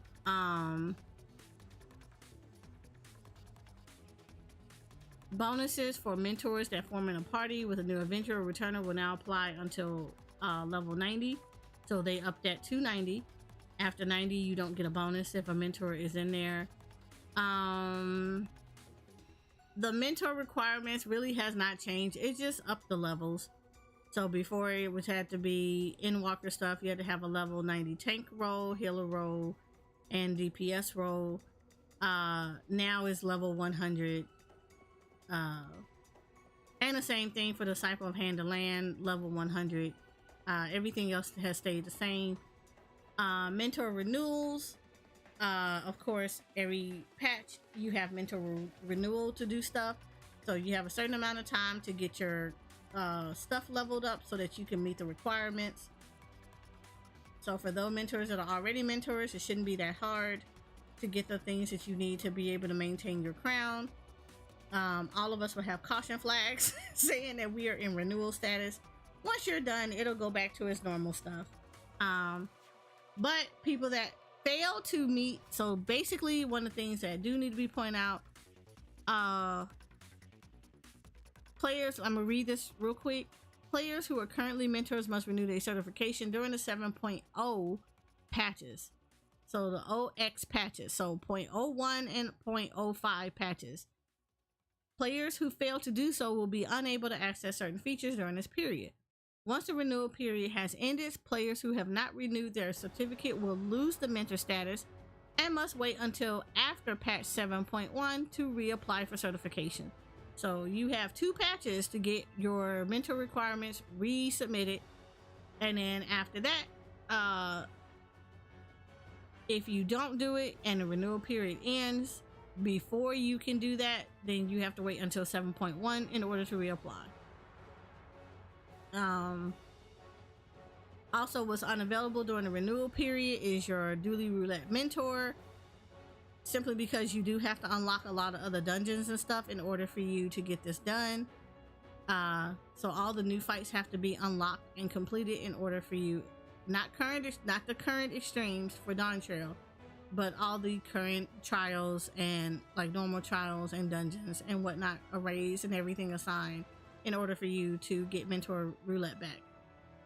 And the ability to change online status to PvE mentor, PvP mentor, or trade mentor. So that's it. A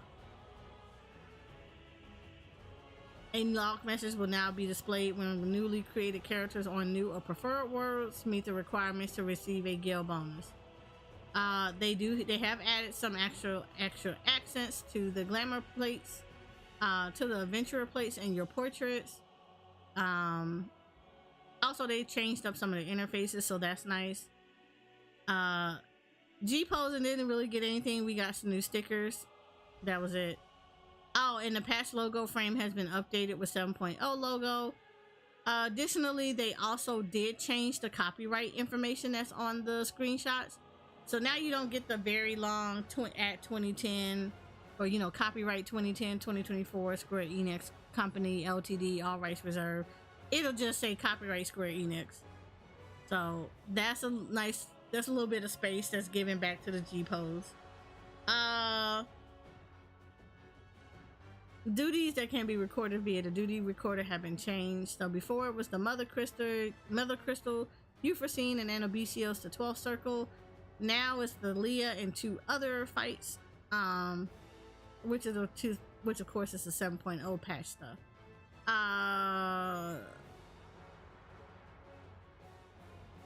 Trying to think what else was added.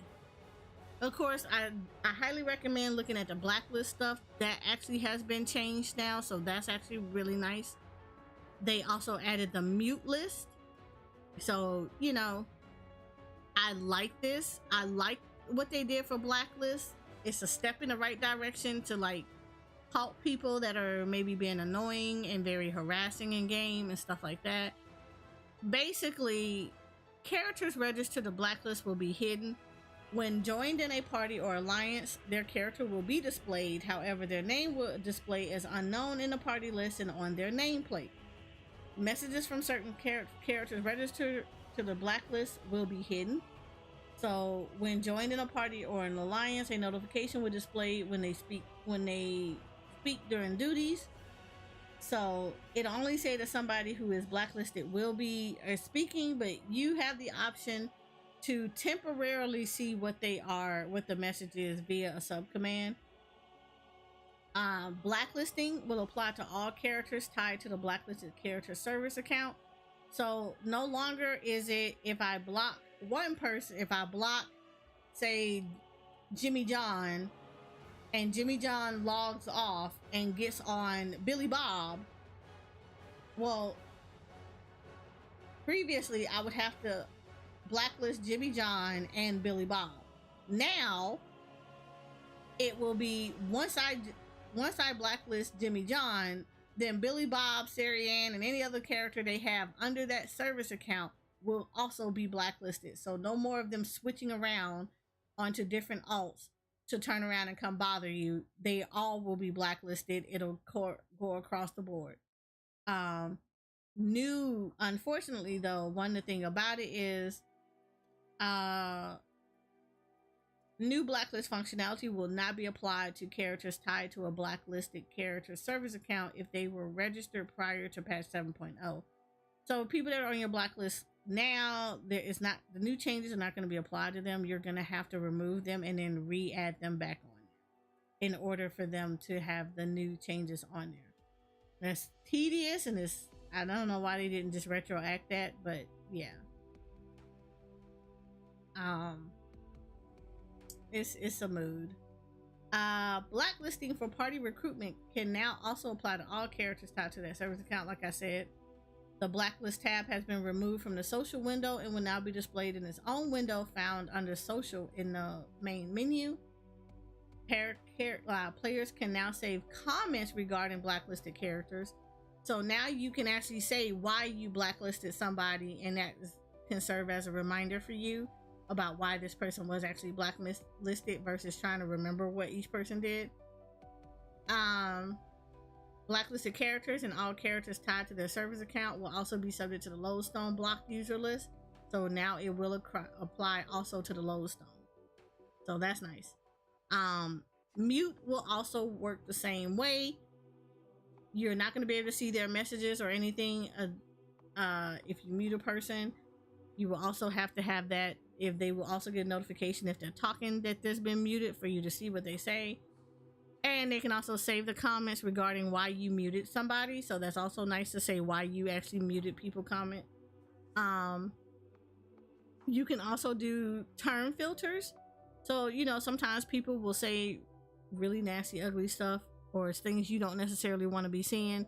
You can actually filter that stuff so it does not show up in your chat logs. And you can save registered words. I think the thing that they said about this though is it's not applied across the board. So what you do on one platform, you're gonna have to do it again on another one. So keep that in mind. So if you are like me and you do stuff on PlayStation 5, like the filtered words or things like that, then if I go on my PC and play 14, I'm gonna have to do that all over again. So take that into account.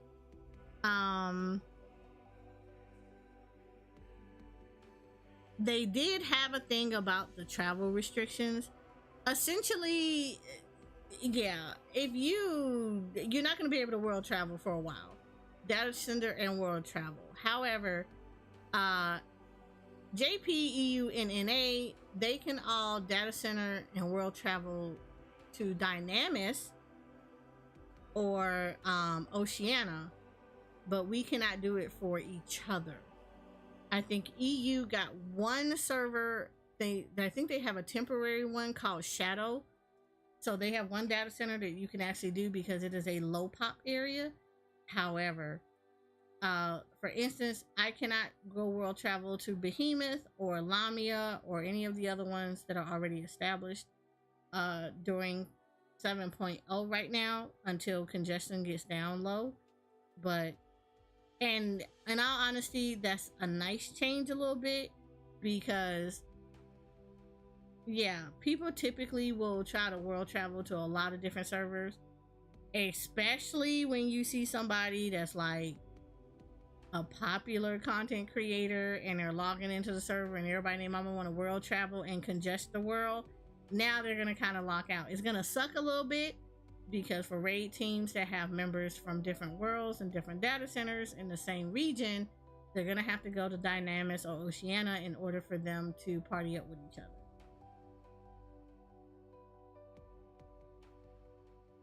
What, they need to up the commendations for Battle Mentor? Okay, look. I don't think so. I think what ends up happening is it just depends. I think Battle Mentor for the most part is probably in a better place. I do think they need to revamp the mentor system. I think there are way too many people in the mentor program that don't need to be there. I don't know how everybody else's world is. I know for like my main characters, my main account's homeworld, it's typically used as a therapy zone session. You got people that are literally in there talking in there like it's Discord, and they really need to take that kind of crap to Discord. I got people in my novice network who feel like giving out gear is what makes you a good mentor. Giving out stuff, shoving free items to people makes you a good mentor, and that's not the case.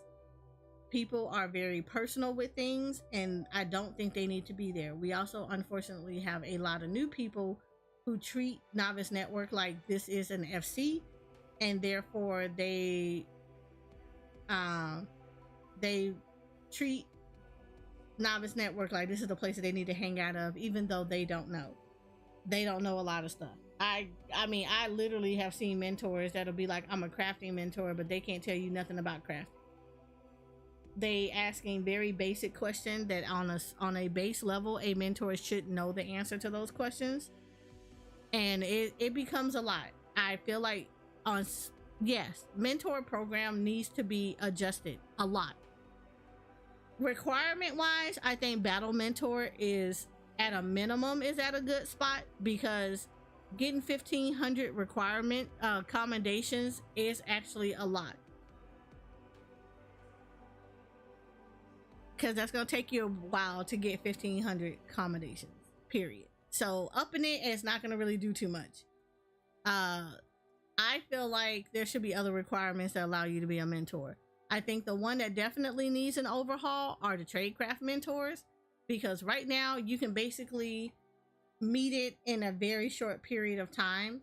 I think they definitely need to do a complete overhaul of it. I think the requirements to be a tradecraft mentor needs to be severely bumped up. They have been in place since time immemorial. They need a glow up, and it needs to be a lot more difficult for you to be a tradecraft mentor. You shouldn't just be able to just go sit in a firmament and freaking macro craft your way to mentor, and then treat Novice Network like it is your therapy session stuff. I mean, personally, I think you should have forced graduation out of Novice Network.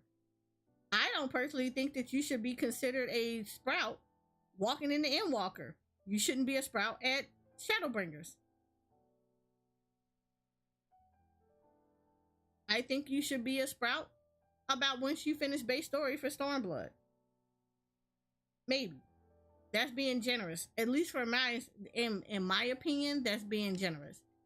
I feel like you should be, it should take a whole lot more. You should be removed from Sprout much earlier than what they have now. And I feel like that once you do that, it should be a forced graduation. I think you need to go spend some time outside of Novice Network. Go socialize. Go meet with, find an FC. Go do stuff like that. There's plenty of FCs out there that are willing to take you in. But again, I get it that it's a safe place, but it shouldn't be a therapy session place. And part of the thing of being an adventurer is you're supposed to be out there and being able to learn and grow. You can't be in a forever growth status 24/7. You got to be part of also growth is like learning how to fly a little bit. You may not know everything, and you're always going to ask questions because mentors are not encyclopedia in yours. We don't know everything, and we have probably some of us have been there since the beginning. Some of us have been there since 1.0. Some of us have been there since 2.0. Everything has changed over the time that we have been playing this game. So we're not going to know everything, or things that the way that we completed it is different than the way it's completed night, you know. But I do think that on some level it does need to be adjusted so that it encourages people to also be self-sufficient. And I think one of the things that needs to happen is I do think a forced graduation out of Novice Network should occur. And I think that you should have a cooldown period before you can apply to be a mentor. Once you're out of Novice Network, it should take a while before you can even apply to be a mentor. Not just meet the recommendations, but like even after meeting the recommendations, you grind your ass off and you get, as a battle mentor, 1,500 commendations. I feel like there should be a time period, a cooldown period also assigned to say you still gotta wait to become a mentor, period. And then leave it like that. The same thing for crafting mentors, the tradecraft mentors. Just because you know Life the Firmament with a macro doesn't necessarily mean that you understand like what crafting and gathering, like those little finite details of it. And I feel like it should be a cooldown period. Yeah, okay, you met the requirements. Now you still gotta wait. Go craft. Go get good at what you're doing. So that when you come back to Novice Network and you're allowed to have a crown on your head, then you can actually be helpful. As I have heard it and I've seen it myself, you know, people get mentor roulette and the first thing they do is they get like Titan or Ramu or something like that, and they bail out. If that's what you're gonna do, you don't need to be a mentor. What was the point of you being mentor roulette? Part of mentor roulette is you do the thing even if you don't remember all the abilities or all the attacks, but you still go in there and help. And unfortunately, you have people that will bail out because, oh, I just hate this fight. Then you shouldn't have queued for mentor roulette, and you don't need to be a mentor. So they need to do an overhaul. I don't think it needs, I mean, it's supposed to be a safe place, but it's supposed to be a place where we're supposed to encourage people to grow and to like get better and to have confidence in themselves, to be able to like walk out with their graduation diploma and their hats, and they're like a fully certified warrior of light, and they can go into dungeons and be confident in themselves to be able to do them things at the minimum. But like right now it's not like that, and unfortunately it's not in a good state. And I feel like it really needs to be revamped.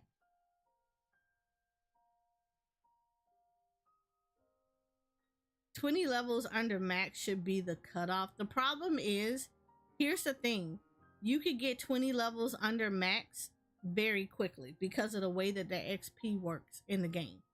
Because you're not just talking about XP you get from food and stuff like that. The game itself gives a very huge passive XP gain, and so you actually can be freaking 20 levels in a very low expansion area.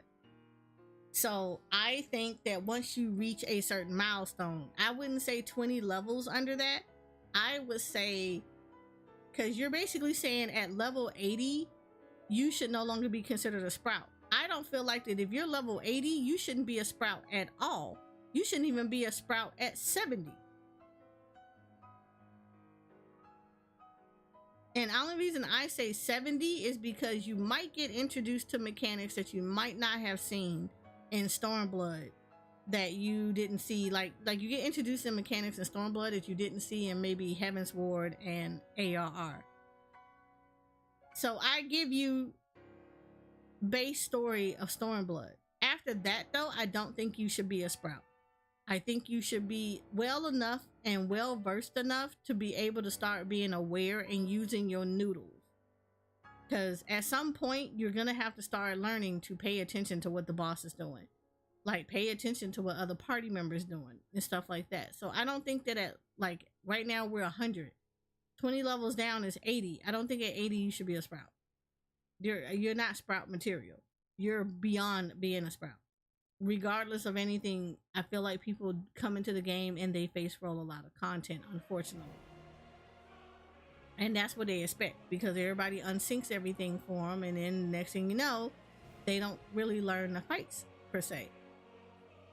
They said you can get max level on many characters and not be that far in the story. Exactly. That's why I said 20 levels, putting a level restriction is almost unnecessary, because you could be in Heaven's Ward and be max level. Like, legitimately, you honestly could. So I mean, you got people that walking in the Stormblood at max level. It just doesn't work. I feel like there needs to be like a checkpoint where it's just like, once you hit this story, that's it. You are no longer a Sprout. Do I think it needs to be Endwalker? No. Do I think it needs to be Shadowbringer? Absolutely not. I think at the most, it should be base story or Stormblood. That should be it. You are no longer considered a Sprout. You got to get up out of here. And it should never, and I feel like it should be, you either meet the base story or you meet the requirement of how many hours it should have taken for you to get to that story. I think the 300 hours need to be definitely diminished. But I think you really should have to work to be a freaking, you need to be force graduated out of Novice Network. It's supposed to be a transition zone, not a forever home. Forever homes are FCs, and there are plenty of people who have FCs, but I would say a lot of new players automatically will gravitate toward FC that has a lot of membership in it, instead of going to FCs that have smaller memberships, where you can actually make an actual freaking difference and encourage growth within that FC. They just want ready-made big old FCs that have a whole lot of people in there. And a lot of times FCs start, like my FC is a small FC, but we started because it was a bunch of friends who wanted to play together. We formed an FC. So at the end of the day, that's what some of the small FCs are. They're a bunch of friends. You know what you do? You make friends. As you make friends and your circle grows, you could be invited to these FCs. My FC, we don't just, like, the reason we don't accept everybody and their mom and mines is just because we've been burnt before by FC members. We've had shit stolen out of our FC chest, like completely taken all of our guild because they were mad because they didn't like something that got said. So they stole all of everybody's FC money. You know, the stories of people that come in and just dismantle people's subs and airships and crap like that. People doing really nasty stuff in FCs. So for us, ours is somebody from within the FC has got to like vouch for you. And typically, if they vouching for you, that means that they know you, they have played with you, they know you good peoples, they have confidence that you're good people, and they vouch for you to come into the FC. That's how we get members in ours. We don't do the open call because I don't want anybody in there just doing sinister shit. I've had somebody ask to be part of the FC. I was like, you know what, you good peoples, I've seen talk to you. And the first thing they did was they literally submitted 5 items for a airship build we were doing. And the first thing that came out their mouth after submitting 5 items was, okay, I need to be a second lieutenant now in the FC because I contributed 5 items to the workshop. What? No, that's not how that works. They literally wanted to be a high-ranking officer in the FC because they did 5 turn-ins to a project in the FC.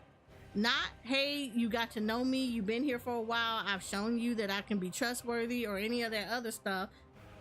It was, oh, I submitted something, so when do I get a rank up? No, that's not how that works. We ended up having to kick them out of the FC because they thought that our job was to take them through every single extreme and let them get every mount first. And their excuse, well, I thought you all had them. No, not everybody and their mama does extremes like that. So what in the world? Literally was talking shit about rating and everything else like that in the FC chat. I was like, I don't think this is the FC for you because we don't do that kind of stuff. Like, you're really trying to downgrade how rating and stuff is, and I'm looking at you like that's not how that works. I mean, Karma was very happy with him because he joined a freaking raid team and then came back and apologized, talking about something. I thought raiding was just like the normal fights. I didn't realize it was going to be that difficult and I had to actually do stuff. Yeah, you actually got to do stuff. So while you were talking crap about raiding, you actually found out that that's what it was. Like, no, we're not going to do that.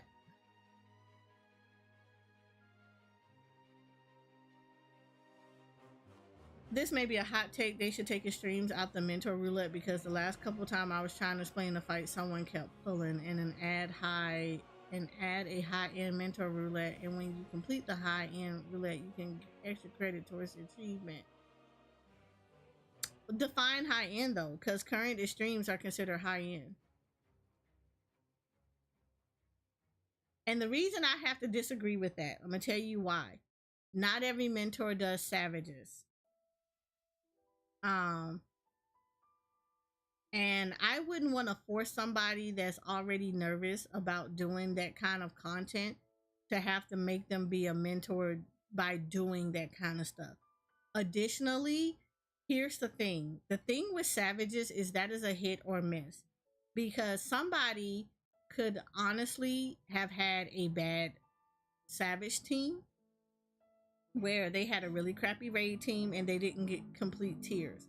I'll give you a very good example. I'll use myself as a good example. For 2 tiers, I had a really crappy raid team. And to the point of, for 2 tiers, I did not get to complete the entire tiers because of crappy raiders, like a whole static.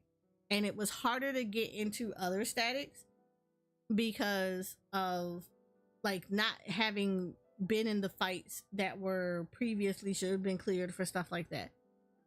We had Eden. I will give you a good example about this. Eden with Shiva. We got all like the static got all the way up to E8S, and basically due to people being just ignorant or whatnot, we didn't get to clear that tier. Next tier, literally every fight that got cleared was because other people from outside of the static had to help to get the clears. And not even gonna lie to you, the raid lead is like such a jerk that he doesn't even acknowledge the fact that the tier he got that clear from that tier, not as a static, but because other people had to help get that clear, because the static lost people. He doesn't even like to acknowledge that. He doesn't even acknowledge it. That's how bad it is. So that tells you a lot about the fact of I wouldn't put no mentor do that.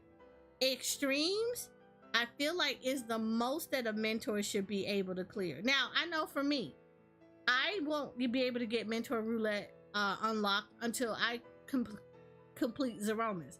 And it's not from the lack of trying. I tried multiple times to get Zeromas cleared, and I literally have seen Enrage, and it just never happened. It just literally never happened. And I got tired of like coming in every single time to try to get a Zeromas clear and only see Enrage. It sucks because I like mentor roulette, but I have to now clear Zeromas and Dawntrail in order to get mentor roulette back. But I feel like extremes are the minimum that a mentor should be able to do. Are we going to remember everything? Absolutely not.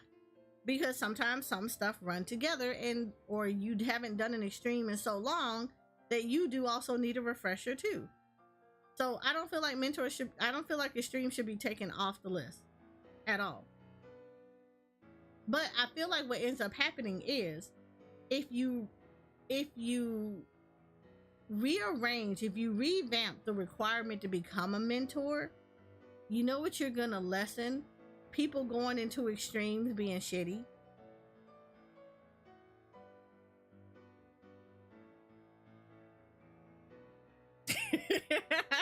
Rainbow, you're fine. You're good peoples.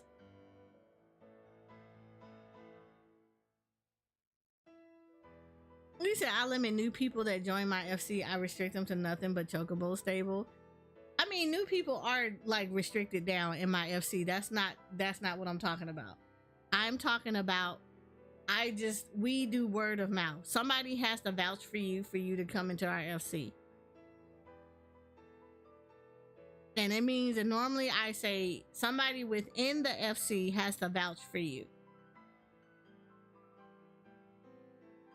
It's just to keep everybody safe. It's just to make sure that whoever is getting vouched for, you're not going to put your friend's reputation on the line if your friend is the one that's bringing you into the FC. So yes, we do a vouch. Somebody within has to vouch for you to come in. So yeah, as far as new people that come in, yes, I have tiers. New people are like, I have tiers for what you can do based on the tier that you're coming into. So new people don't have carte blanche onto stuff, but I'm also not going to limit them for certain stuff. Like, oh, you can only do the Chocobo stable. No, that's not true. Like, yes, you can actually get XP from turning in crafting stuff at the workshop. So if a project is up and they turn in stuff, they get XP for that. I'm not going to stop them from doing something like that. They can turn in, they just can't take away from it. If a project is completed, they can't remove it. Somebody of higher rank has to come in and remove it. They only have access to like up to a certain point in the FC chest, because I do like to make sure people have nice stuff. So sometimes I have extras of things, or I just feel like I want to like make sure my FC members have a nice mount or something like that. I drop it in certain tabs in the FC chest that they have access to, that everybody has access to. And you know, so far it has worked. We haven't had issues. But like I said, the person who stole from my FC was not a new player. It was somebody who was in the FC that was a higher ranked officer, and they stole FC. They had higher rank, and they stole freaking everything because they were butthurt over a comment that they actually egged on to get made. Literally, they were upset because somebody said they don't play meta with certain weapons, because at the end of the day, it's not a skill, it's a skill issue. If you have to rely on a certain weapon in a game to win, then you have skill issues. They got mad about that. They literally got mad about that and stole everything out of the FC because of that. Make that make sense. And they were higher ranked in the FC. So it wasn't a new person, it was somebody higher ranked. But for our FC, because we've been burnt several times, not stolen from, that's like the only time we've been stolen from, but we got burnt by other members. We have a policy now that says someone from within the FC has to vouch for you. Except for Rainbow. Rainbow was sold into us, and that's all there is to it. He can't leave. However, but yeah, that kind of stuff, like, yeah, I'm not gonna like make it unbearable for a new player. But mentor wise, yes, I feel like extremes at a bare minimum should be something that a mentor should be able to coach people through, and be patient with it. I don't think you should remove extremes. And extremes are often listed as high level in current content. So yes, you should be able to do extremes, or you should be able to coach people and encourage people into extremes. I play Eve online and WoW, so seeing the old guard stand steals everything from the copper wire from the wall heist mini. Exactly. See, Lunaz already know too. That's the thing. That's the thing that I think people be forgetting. It's like normally not the new people that do it. It's people that already been in the game or been in these guilds for a while who do this kind of stupid stuff. So yes, so our thing is word of mouth. Somebody has to vouch for you. So we're open, but not open. You know, like you gotta have a password to get into IFC. It's not because we're elite or anything, but we are a small circle of friends. My FC consists of people that play this game and they got real lives. People go to school, people work, things like that. And because of that, we have an FC that caters to that. Are we talkative in the FC chat? No. In our Discord, absolutely. There are at least 2 people always at all times in the Discord, forever talking. I'm included in that. Somebody is always in the Discord. We're always talking. So yeah, Are we gonna talk in FC chat? No. Unless somebody starts a conversation, that's when we'll start talking. But yeah, in voice chat, we talk to each other all the time. Hi, Shoko. Hi, Cozy Sheep. Welcome in. How are you guys doing? I hope you guys had a wonderful time with Shoko. She's super cozy and she's super sheepy.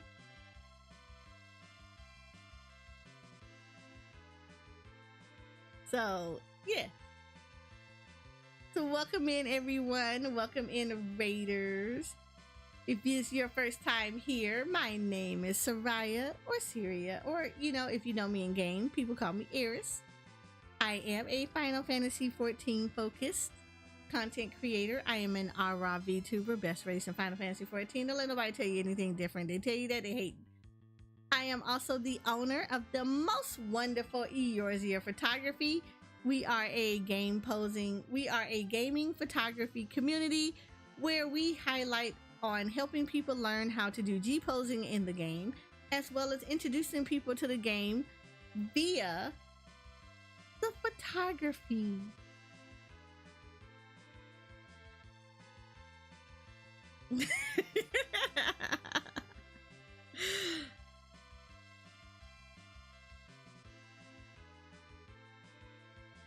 I bet you it is. Hi, Ruck. How are you guys doing? We are going over the patch notes and having a discussion about mentors, about the mentor system. You watched all the trailers. It was so nice. Oh, yee! I love all the trailers. It really is nice. It's such a beautiful thing when you can show like the entire thing, and then everybody can see like how everything has grown. It's so good. But yeah, I honestly believe that yes, extremes I don't think need to be meant to be removed from mentor roulette. It's a good refresher, and you should be able as a mentor to be able to coach people through an extreme. The problem is that you just have a lot of newer mentors who have only seen the extreme from an unsynced way, so they don't know the mechanics because they were only used to going into the older extremes, one-shotting the boss, and then that's it. So they don't know the mechanics. So you got a lot of mentors who have never learned the actual fight to a game. So it is a learning opportunity for those mentors who have done that. Be right back getting cookies. Are you sharing, and what kind of cookies? Because not all cookies need I don't need sharing with. Some cookies you can keep. I heard cookies.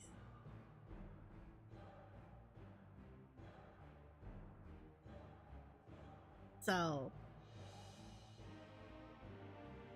that's the only thing with that is you gotta be creative. It's the whole thing of you just getting a lot of mentors who only unsync a fight, so they don't know what the actual fight does. They don't know the mechanics. Like I actually watched somebody one time, they were doing Unreal Leviathan, and they actually thought that some of the mechanics that they were seeing were brand new mechanics in Leviathan. I literally, and normally I lurk in streams. I lurk a lot in streams. The wiki is my best friend for streams. Exactly, Hitch. Like there's nothing wrong with it, because sometimes I forget mechanics. Like I'm not gonna lie. And also, hi Hitch, how you doing? I know it's been a minute. How you doing? But I know, like for me, I can never remember when Leviathan is wrapped around the boat. I never remember who can hit the head and who can hit the tail. So I normally will hit one of them and see if I get damage reflected back at me. If I got damage reflected back at me, I need to hit the other side. I can never remember which one I'm supposed to hit. So, and it's like, it's separated like that. But I literally watched somebody who was a content creator who was telling chat that these were very brand new mechanics that they added to the Leviathan Extreme, the Leviathan Unreal fight. And I had to very politely inform them that none of those mechanics were new. It's just that these are updated to match the 90 levels. So you're seeing all the mechanics. And if you didn't do them on min eye level, if you never did it on min eye level, no echoes, or you did not do it during current content, you have never seen those mechanics. But if you went in there unsynced, you just one-shot the boss. So you never seen them. I'm like, but these are all new. There's like nothing new about these mechanics. These were all mechanics that are native to this fight. But because they had only done Leviathan new, they'd never seen those mechanics. So they thought they were all new.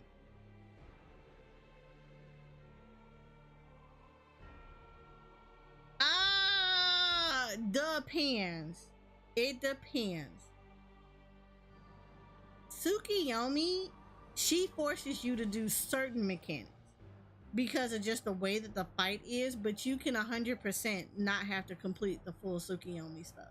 Like, you can actually skip some of the mechanics. Like, legitimately, you can... I did it with an FC one time because they wanted mounts and they were struggling to, like, beat her.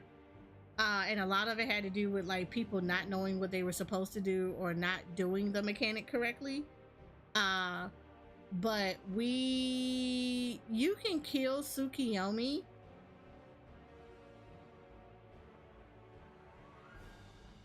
I mean, yeah, you can kill Tsukiyomi before you fully execute the moon phase,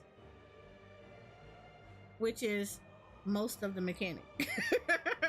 That's literally like, there's mechanics that happen after the fact, but you can kill her at moon phase.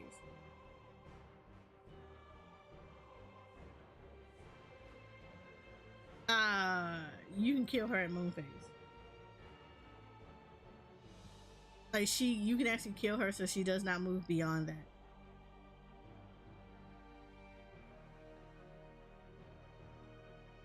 You said maybe now you can because of eye level.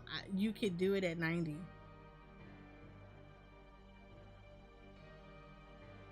You literally can do it. If you got enough people that know what the hell they're doing, yeah, and they're putting out damage, yeah, you can pretty much kill her at moon phase. Now, if you got, like, because Tsukiyomi is a 70 fight, and you got a bunch of people who are also 70, no, you're not going to get past. You're gonna execute a quite bit of that. But yes, the higher you are than her and the more damage you're putting out unsynced, you can actually kill her at that. If you want to see all of Tsukiyomi, you min eye level her. But yeah, and unsynced, and you put in a bunch of 90 people in there, you can completely melt her down. Like, she's not forcing you to do every single mechanic out there, not in any way, shape, or form. You're pretty much are going to kill her pretty early. You're going to do phase 1. It forces you to do phase 1. You will turn around and do her ad phase, which you can, again, burn down. You can melt the ads. After that, she comes out. You can do the moon phase, but after she doesn't, it's like you can kill her doing that. You literally can kill her doing that. Like, you will not see past you. If you got good damage, you will not see past that. And I've done it. I've done it several times. So yes, if you're seeing an entire moon phase, yeah, the damage output is not there. Nothing wrong with that. I'm just telling you that I've killed her during the moon phase. You can melt that girl down. Soon as she pop out of there, her health is like getting jumped down. Hey Z King, how are you? Like, yeah. Like I said, you want to see a full Tsukiyomi fight? Min eye level, no echo that fight. Outside of that, you're gonna melt her down at 90.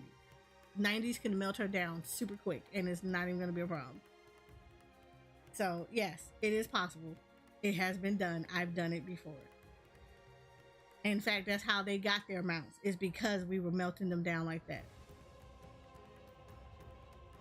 Because trust me, I would not want to sit through an entire Tsukiyomi fight. I love that fight. I think it's amazing. But that fight, when I did it on current content. And I'm going to tell you right now, on current content, as beautiful as that fight was also annoying. because it was a lot of parts that you could easily mess up.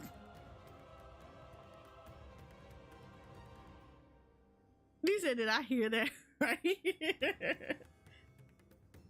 Like, her fight is beautiful. It is absolutely beautiful, but like there is a lot of easy broken parts that, like, if one person jacks it up and Tsukiyomi, it messes it up for everybody and it's not fun. So yeah. Yeah, it's possible. It's absolutely possible. And like I said, but the problem is that you have a lot of mentors, newer mentors, ones that aren't necessarily doing it at content. You have a lot of those that is sitting there. You're gonna have a lot of them who they do the fights unsynced, so they don't see all the mechanics, and therefore when they see stuff, they don't know what to do. So that's the only issue with that. That's the only issue with that. And I feel like extremes are a good way to challenge a mentor to learn how to teach. So I can't co-sign on that. Take extremes out of there. It's teaching moments. It's a good teachable moment, and it's a good way to learn patience and learn how to coach people through.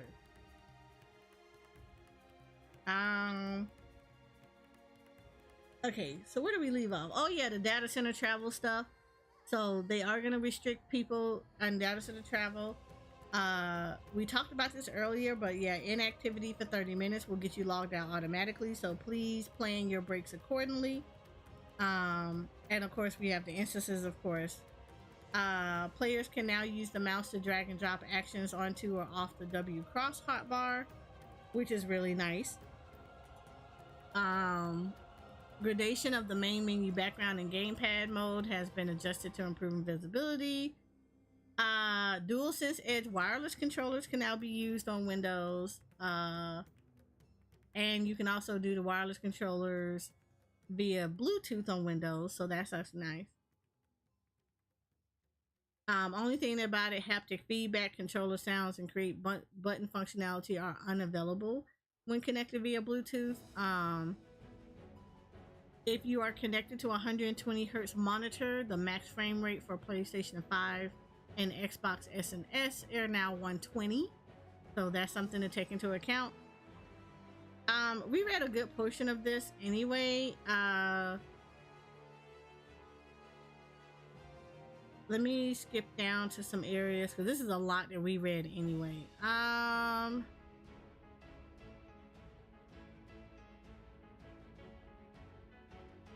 Oh, these are resolved issues, and then these are known issues. We never really read through these. I want to actually get into the battle stuff.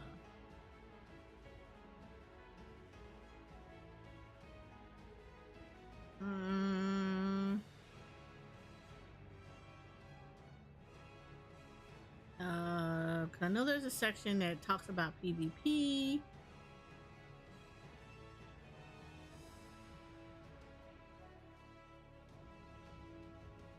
Let me scroll back up. Items. Oh, so these are PvP actions. So for those that don't know, let me show y'all. We have the job guide now.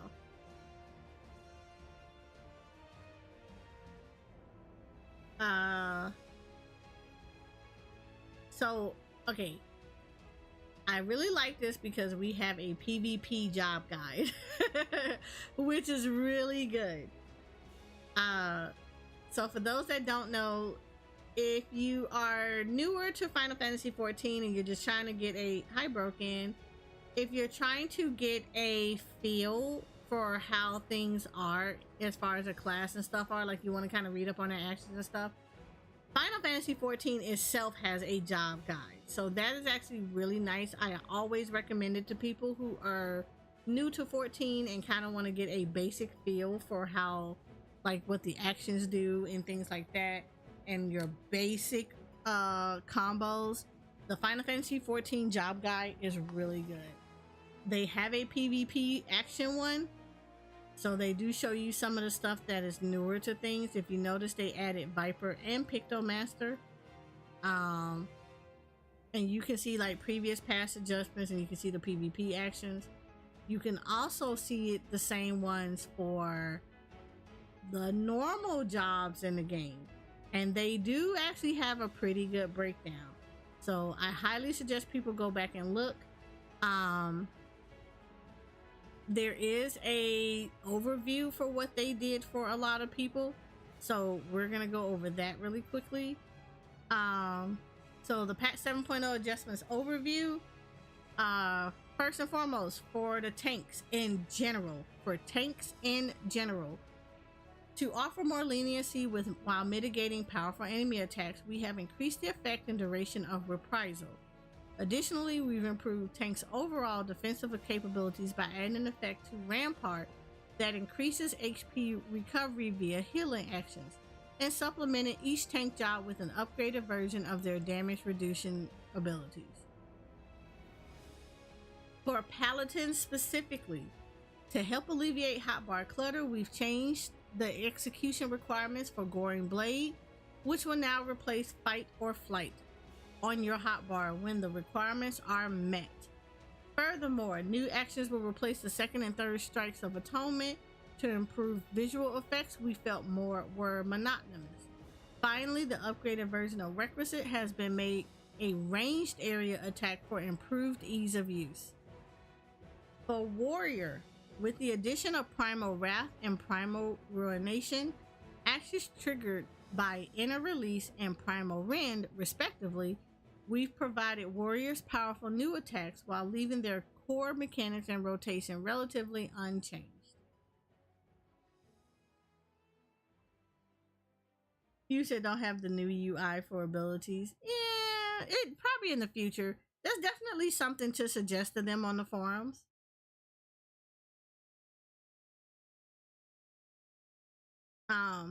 For Dark Knights, to reduce the number of actions executed during damage burst phases, we consolidated the blood weapon effect into Delirium.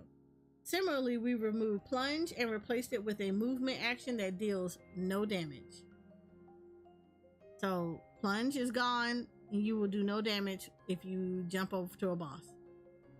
Gunbreaker, to help alleviate hotbar clutter, we've changed the execution requirements for Sonic Break, which will now replace No Mercy on your hotbar when the requirements are met.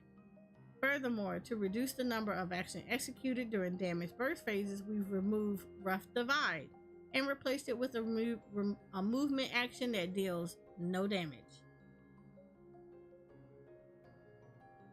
To all melees, to offer more leniency while mitigating powerful enemy attacks, we have increased the effect duration of Feint. For Monk mains, to streamline action management, we've changed the effects of Twin Snakes, Demolish, and Dragon Kick. Instead of each action granting separate buffs or debuffs, all three will now increase the potency of a related weapon skill. This increased potency effect will be visually represented by the Beast Chakra gauge, a new job HUD element that consolidates the previous Master's gauge. We also wanted to alleviate an issue where Desired Chakra couldn't be opened due to a full chakra gauge. So we've increased the maximum number of possible chakras to 10 while under the effect of Brotherhood. Additionally, the potency for Six-Sided Star will now increase for every open chakra and close them all upon execution. We hope these changes will help stabilize the usage of chakra. For Dragoons, we've reduced the reliance on positionals by changing the 5th step of the Dragoons combo to the new action Drakesbane, which has no directional requirements. To readily output maximum damage at the beginning of an encounter, Life of the Dragon can now be activated without being under the first bruise gaze. To reduce the number of actions executed during damage burst phases, we removed Spine Shatter Dive and replaced it with a movement action that deals no damage. For similar reasons, we have also removed Dragon Sight. Ninja. To streamline action management, we've removed the Huton gauge and changed this attack speed increase into a trait. Following these changes, Huton has been made into a ranged area attack, and the additional effect of Armor Crush now grants stacks of Kazamatau, which increases the potency of Aeolian Edge. Available stacks of Kazamatau can be seen in the newly added Kazamatau gauge. Samurai. To streamline the management of action and cooldown, Tsubami Gashi has been changed so that it can only be executed with Maikuya Shushi. I don't know Japanese, leave me alone. Furthermore, to reduce hotbar clutter, Showa has been changed to an area of effect attack, and Showa 2 has been removed. Reaper. The additional effect of Plentiful Harvest previously increased the Shroud gauge by 50, but to help streamline combat it has been changed to grant Ideal Host. This ensures that the benefits of Plentiful Harvest are not wasted if the Shroud gauge is already over 50. 2 new actions have been added: Sacrificium, which can be executed while enshrouded, and Perfectio, which can be executed after Communio. Physical range DPS. To enhance overall party support, we've increased the effectiveness of defensive buffs for all groups. To streamline for bards. To streamline action management and avoid redundancy with Barrage, status effects Straight Shot Ready and Shadow Bite Ready have been consolidated into Hawk's Eye, giving players the freedom to choose between executing a single target attack or area effect attack when it is activated. Additionally, Mage's Ballad, Armin's Peon, and Wanderer's Minuet no longer require attacking a target to grant their effects. Lastly, we've made Pitch Perfect an area of effect attack to improve Bar's damage output against groups of enemies. For my Machinist, the additional effect of Barrel Stabilizer previously increased the heat gauge by 50, but to help streamline combat, it has been changed to grant Hypercharge. This ensures that the benefits of Barrel Stabilizer are not wasted if the heat gauge is already over 50. Additionally, we've added 2 new actions: Excavator, which can be executed after Chainsaw, and Full Metal Field, which can be executed after Barrel Stabilizer. Dancer. With a focus on preventing hectic burst damage phases, we've made adjustments to several dancer actions while also adding new ones. The recast timer of Tiliana has been adjusted to facilitate rotating timing. Furthermore, the additional effects of actions requiring E-Spirit have been adjusted, enabling more reliable use during burst damage phase. Magical range DPS. To help streamline combat, the recast time of Swiftcast has been reduced. Furthermore, to offer more leniency while mitigating powerful enemy attacks, we have increased the effect duration of Addle. For Black Mage mains. Due to the complexity of Astral Fire and Umbral Ice mechanics, we felt that the learning curve for Black Mage's actions and rotation was too steep when compared with other jobs. We've made a number of adjustments to remedy this issue. For example, Umbral Ice will now grant MP upon landing Blizzard spells. Thunder spells will now require the Thunderhead effect, which is granted when gaining Astral Fire or Umbral Ice from an unexpected state or when switching between the two. Additionally, because Scathe is now the only action with a % chance to grant an effect, we have removed Sharpcast. So Sharpcast has gone away. Summoner. We have added a new summon, Solar Bahamut, as well as several new actions such as Sunflare and Enkindle Solar Bahamut, which affect rotations tied to summoning actions. Luna said, no! Yes, Sharpcast is gone. It is gone. I am sorry. Let us have a moment of silence for Sharpcast. Okay, it's gone.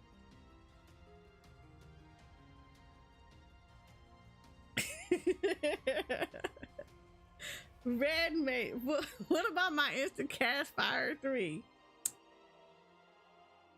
Look, you got to move your ley lines. Something had to give. You lost sharp cast for the ability to move your ley lines. There you go. Equivalent exchange. You got it. You got your equivalent exchange. Red mage. The effect of manification previously increased both black mana and white mana by 50. But to streamline combat, it has been changed to grant magic swordplay, allowing the execution of enchanted swordplay actions without cost. This ensures manification's benefits are not wasted if mana accrued in the balance gauge is already over 50. He said, what do we just log in or do we get an extra code? If you are on PC, you should have a code in your email. If you're on PlayStation, you simply log in and accept the new terms of service.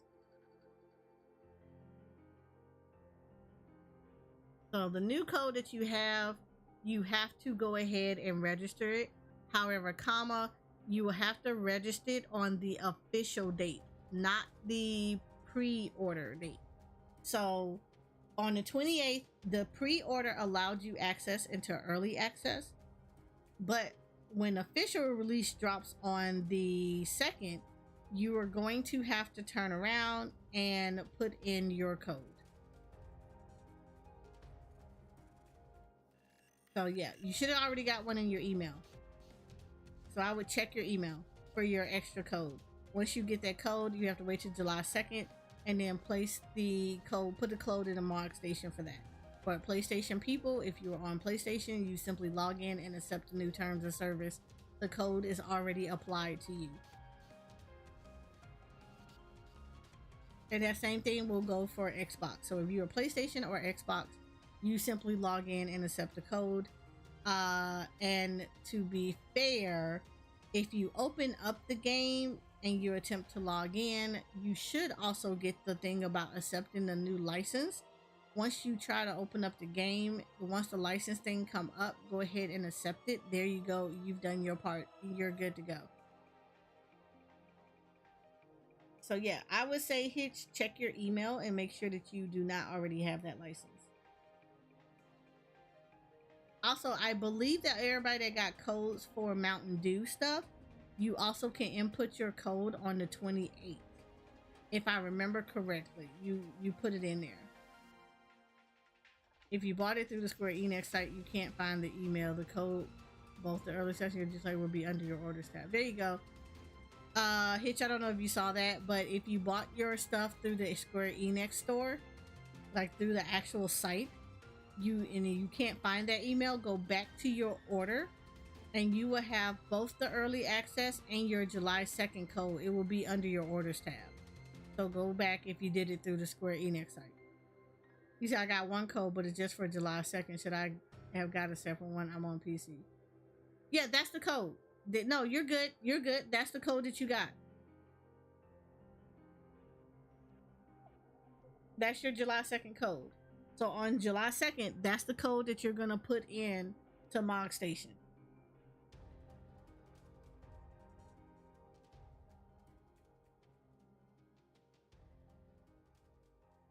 No, so you got the email. That's it. That's your email.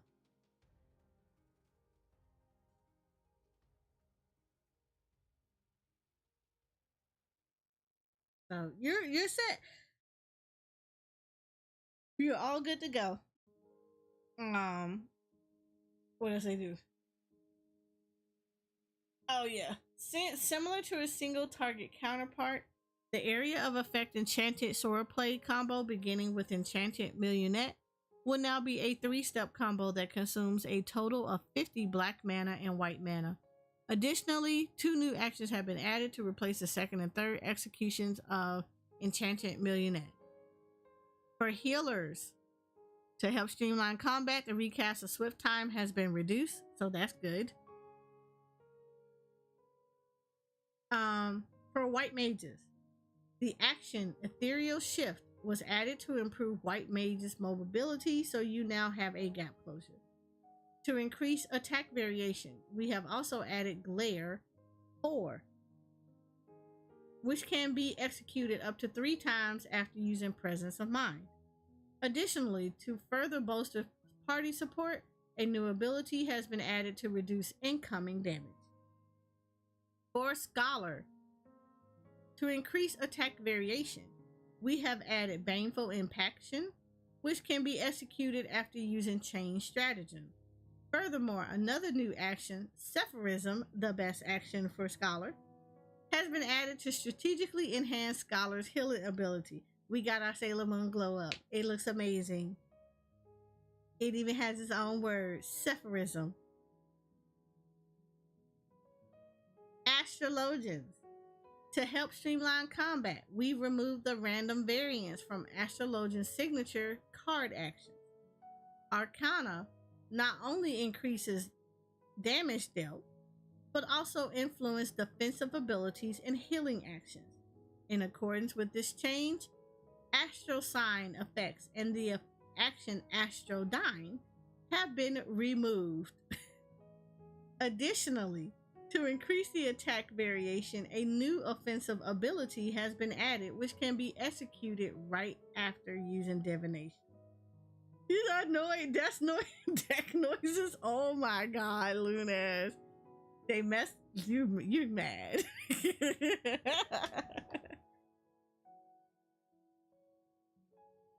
Sage. To increase attack variation during periods when healing isn't required, new actions such as Eucrasian, Dicrasia, and Psyche have been added. Moreover, the addition of Philosophia allows Sage to strategically increase the effectiveness of their healing for brief periods. You said throws your cards away. Oh my god. So that is the overview of all the classes. Each of the classes in the Final Fantasy XIV job guide have actually been upgraded. So for those that have never seen them before, let me show you. This is essentially what it looks like. So let's just look at Astrologian. So what they typically do is you'll see where they'll have every one of their abilities updated. They'll show you what's new and they'll show you what's updated here. Let me bring this out just a little bit more so you can see it. So for anything that's updated, and they break it down. So tell you what type of spell it is, what type of action this is, the cast time for each of the spells, the recast times, how much MP it's going to cost you, its range and radius of that ability, and then what exactly the effect does. For updated ones, what they'll do is they'll tell you the new stuff, and they will give you hover over revisions. It'll tell you what was revised.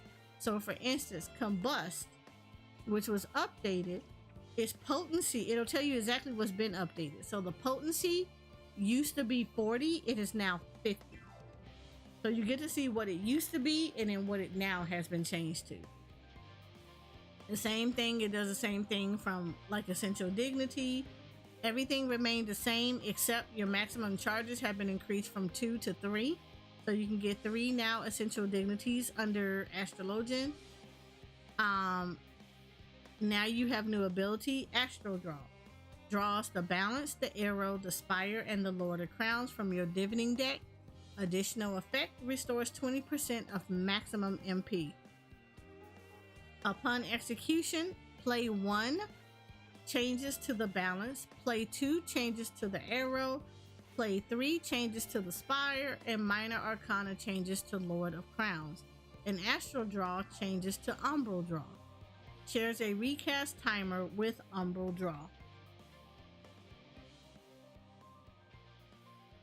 umbral draw draws the spear, the bowl, the ewer, the lady of crowns from your divining deck. Additional effect, it also will give 20% of maximum MP.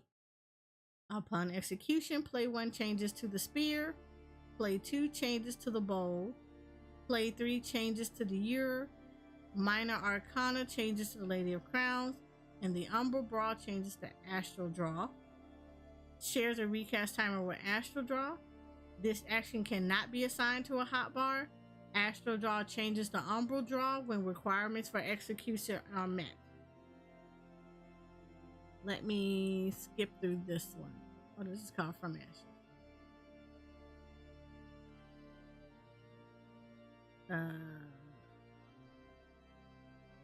Oh, let me see this.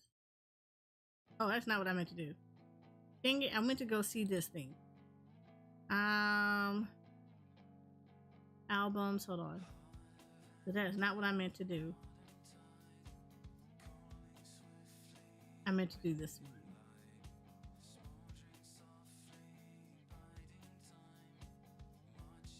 Okay, we're good right here.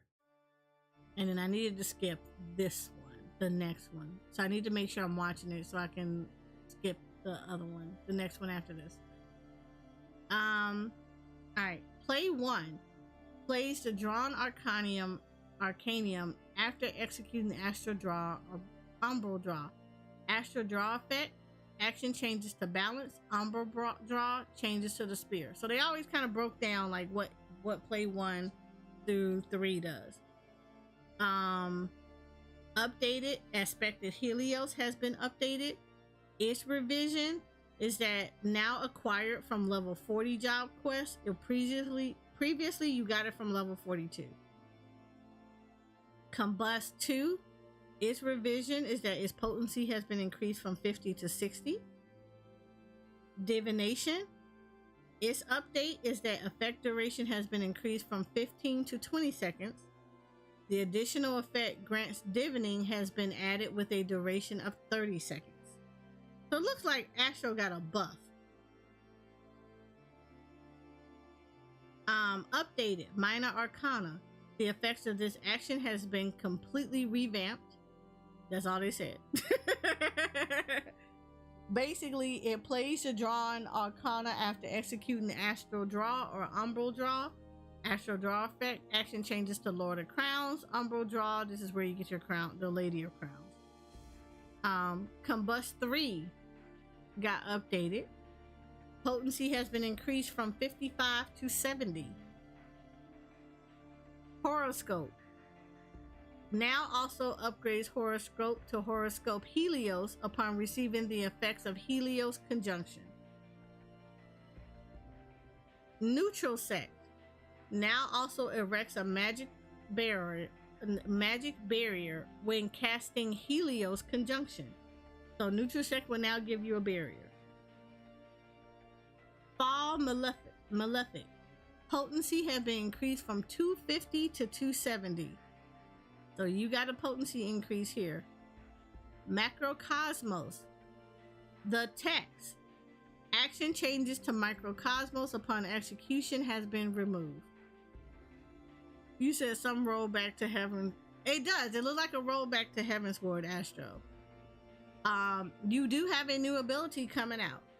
Oracle deals unexpected damage with a potency of 860 to target and all enemies nearby it. Can only be executed while divining. Helios Conjunction restores own HP and the HP of all nearby party members. Its cure potency is 250. Additional effect is a regen. Its cure potency is 175 with a duration of 15 seconds.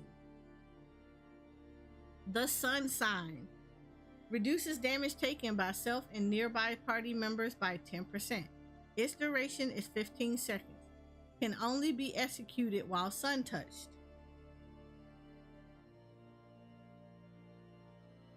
They expect you to put them very carefully in everywhere. And basically all the cards have been updated. Balance increases damage dealt by a party member or self by 6% if target is melee DPS or tank, and 3% for all other roles. The arrow increases HP recovery via healer actions for a party member or self by 10%, and the spire creates a barrier around self or target member, party member, that absorbs damage equivalent to a potency of 400. The spear increases damage dealt by party member or self by 6% if the target is ranged, DPS or healer, or 3% for all other classes. The bow reduces damage taken by a party member or self by 10%. Its duration is 15 seconds. All of these are durations is 15 seconds. The ear grants healing over time effect to a party member or self. Its cure potency is 200 and the duration is 15 seconds. Lord of Crowns deals unexpected damage with a potency of 400 to all nearby enemies. And Lady of Crowns restores own HP and the HP of all nearby party members with a cure potency of 400. Yeah, these read just like Heavensward cards. Because for those that did not play Astro during Heavensward when it was current content, also for Stormblood, the cards all had different purposes. So this kind of hails to those purposes. I mean, they had different ones. They didn't exactly do all of this, but they were pretty damn close. But yeah, each of the cards had a purpose, and they each dealt with different stuff. So this is kind of a shade of the way Heavensward Astro played. And then of course they add all of these new role traits. Y'all can see your new gauge now. You can see what happens with Umbral Draw, and you have your gauges. So you got the Arcana mode, and this is your simple mode for Arcana gauge, and the Umbral Draw, this is what you normally would see. But if you want a simpler mode, this is how you would see. I'm more of an ornate person, so I always go with the ornate look. But no, so that's how all of these work out. For people that have like rotations or like combos, let me get to this real quick and then skip forward. There we go. So if you have like combos, they typically will give you like a little infographic, like right here. This will tell you your form. So if your thing has like a AoE combo or things like that, like Monk, because they have different kind of form shift, changing forms.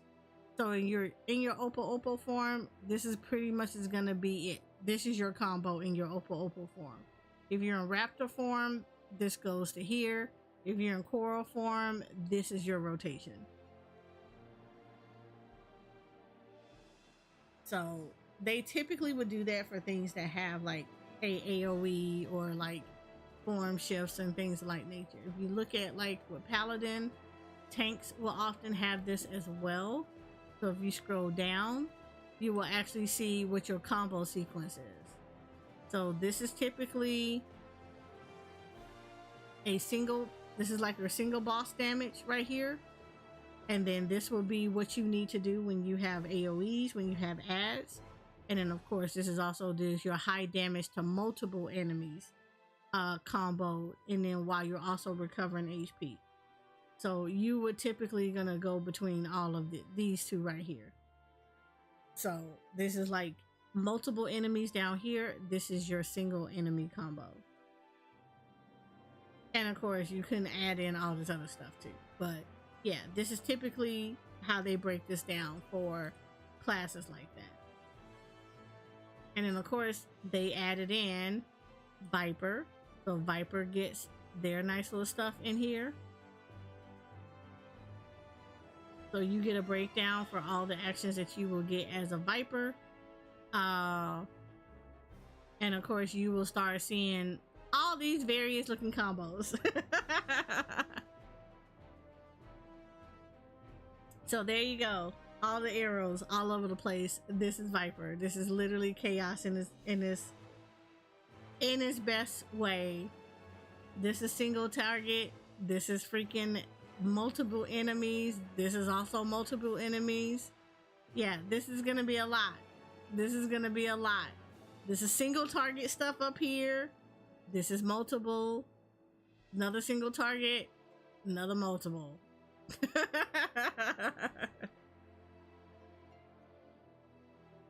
And typically this is probably be when you're in your normal mode, and then this is be when you're in your amped up mode. If you're amped up, this is what you're going to be looking like. If you're in your normal regular mode, this is what you're going to be looking like. Same thing for Picto Master. Picto Master will also have a breakdown of everything that it does. I highly recommend anybody picking up new classes or even want to revamp your old ones. Please look at those as well. And of course they give you your canvases. So this is your job gauge, this is your creature canvas, your motifs, and they're going to give you a nice little breakdown of how everything looks. So yeah, so I highly recommend, if you are going to look at new classes or even want to see what's updated, go look at the job guides. Job guides are going to be your friend. It is a good basis of learning how the job operates.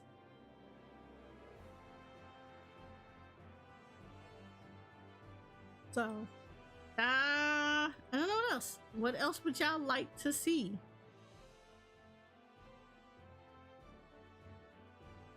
Because I feel like this was like a really good overview and they kind of broke down everything.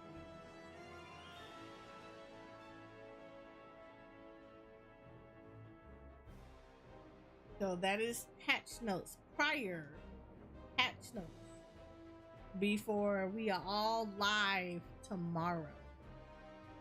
And we're going down. I personally, for one, will be streaming at around 9:30 a.m.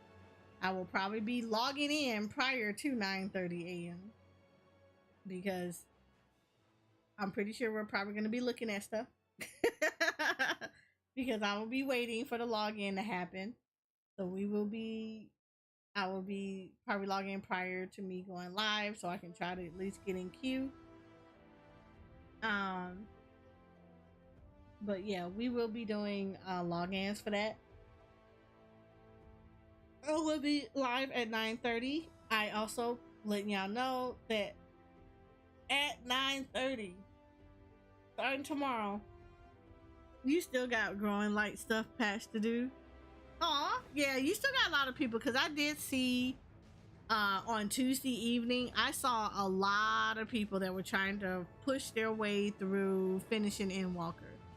So yeah, no, unfortunately a lot of them did not get that completed, so there are going to still be a lot of people that are going to be in Endwalker pushing their way through to get into Dawntrail. What else do I want to do? Oh, so I do want to do this tomorrow. We'll start the VTuber Slam charity event, which I am a part of.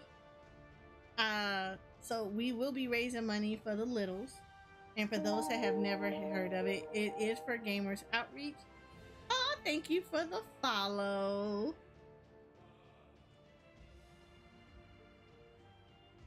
Hi Kazumi, how are you? I will be doing Gamers Outreach. They are the VTuber Summer charity event is hosted by Gamers Outreach. They are a amazing organization whose main goal is to help provide funds for kids while they're in the hospital, for them and their family. And what they do is they try to encourage patient care through playing. So what they do is they go in and they create kiosks. They actually build up gaming kiosks for kids that are having extended stays in hospitals.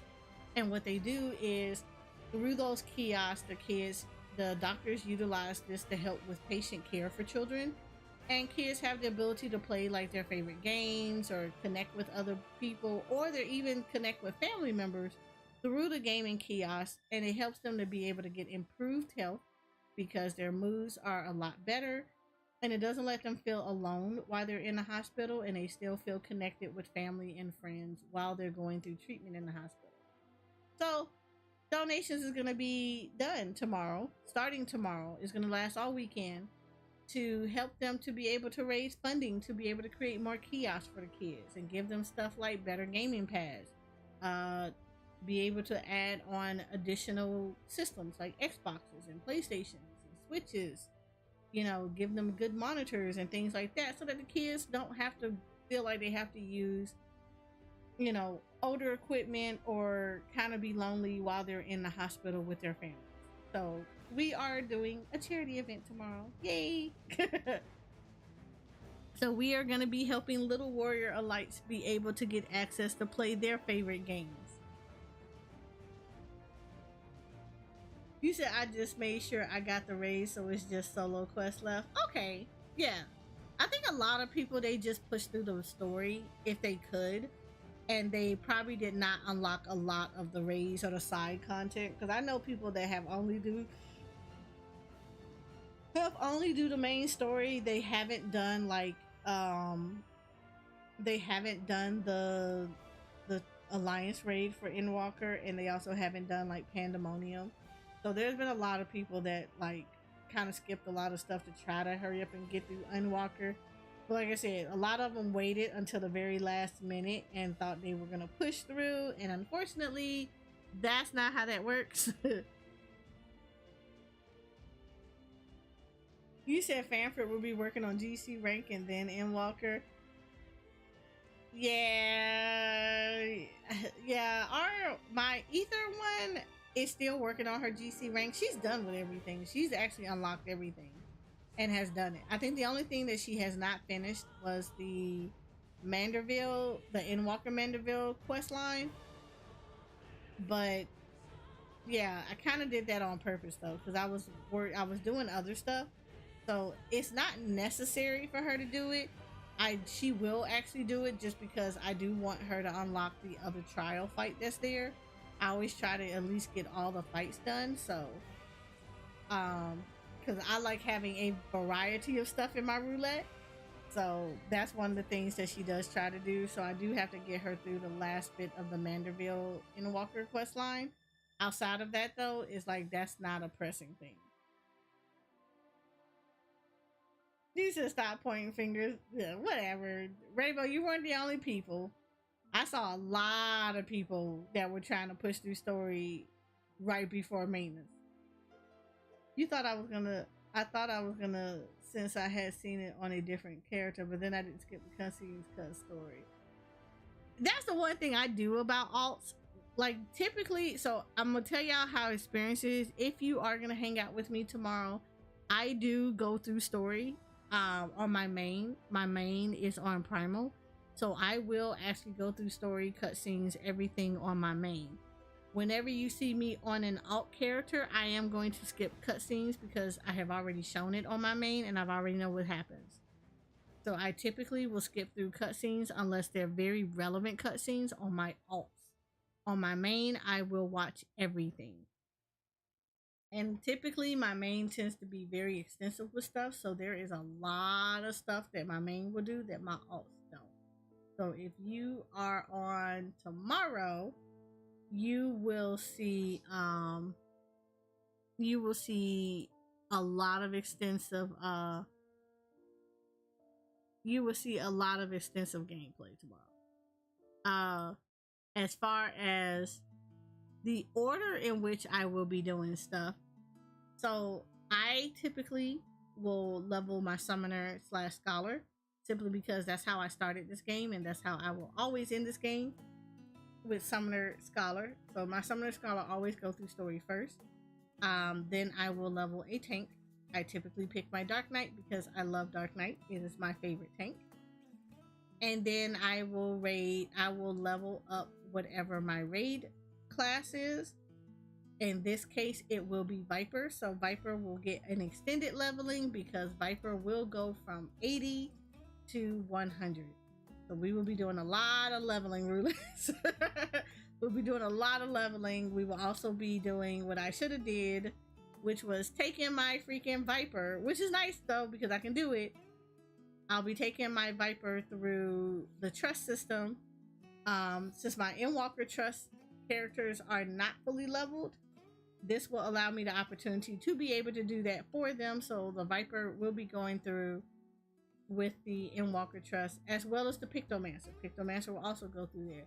So I'll give y'all a kind of breakdown. Tomorrow I will actually pick up both the Viper and the Pictomancer because I do like to have them already accessed. So I pick them up. I do the very first quest, which is basically an introductory quest. Like, hey, here you go. You're a Pictomancer now. Blah, blah, blah. Here's your soul stone. And then that's it. At that point, Pictomancer will go down to the bottom and will be the last character that I will actually level because I always make sure that I get all the other classes up unless I am doing something like raiding. And if I'm raiding on a new class, that class gets a bump up because I do have to make it raid ready. So that's going to be the case. So Pictomancer and Viper will be picked up. So I will be showing where to go pick those up. I will be picking up the Fantasia quest because free Fantasia, why not? And then we will proceed to go through.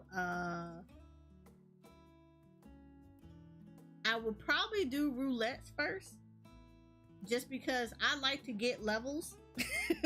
I like to at least try to get a couple of levels up prior to going into MSQ. So I will be going through MS. I will do the roulettes first, and then I will go through MSQ. I like to try to get that kind of stuff out the way. So that's going to be pretty much the order of operations that will be going through a lot of stuff. I will probably be joined by a couple of friends, which will be going through roulettes if they have already logged on at the time. Again, because this is a new expansion, I don't expect for us to all be online at the same time, but we will be going through stuff. So as they come on, I will go through stuff with them. But for the most part, yes, that is the order of operations. I will be logging in. You're probably going to see me spend a good 30 minutes messing with my hotbar because I know things are going to be jacked up. And then after that, we will be doing, like I said, we'll pick up job quests. So we'll pick up Viper, we'll pick up Pictomancer. Make sure we got their stuff equipped on them so they can go through their normal stuff. I'm pretty sure that they're going to have different gear on because I'm going to have stuff available for them from older classes. Or I may have to pick up stuff for Viper. We'll have to see. I think I'm going to have to pick up stuff for Viper. Yeah, I'm pretty damn sure I'm going to have to pick up some stuff for Viper. And then we'll do roulettes because of levels. I will be turning in Chloe's book, so hopefully you guys actually did Chloe's Wondrous Tales, so I can at least give some half levels to people to get their stuff done. So we will be turning Chloe's book, pick up a new book, and proceed to go through roulettes. The Book of Murder. Yes, it is her Book of Murder. It's also the book where everybody wants to yeet her because she never gives you the stickers where you want them to go. Outside of that, I highly encourage anyone that is going to be playing or streaming it, please hydrate. Make sure that you guys got plenty of liquids. Make sure you get food. Take breaks. You said we're being conned into being a hitman. You are. As long as, look, you have embraced that. As long as you have embraced that truth, you are good to go.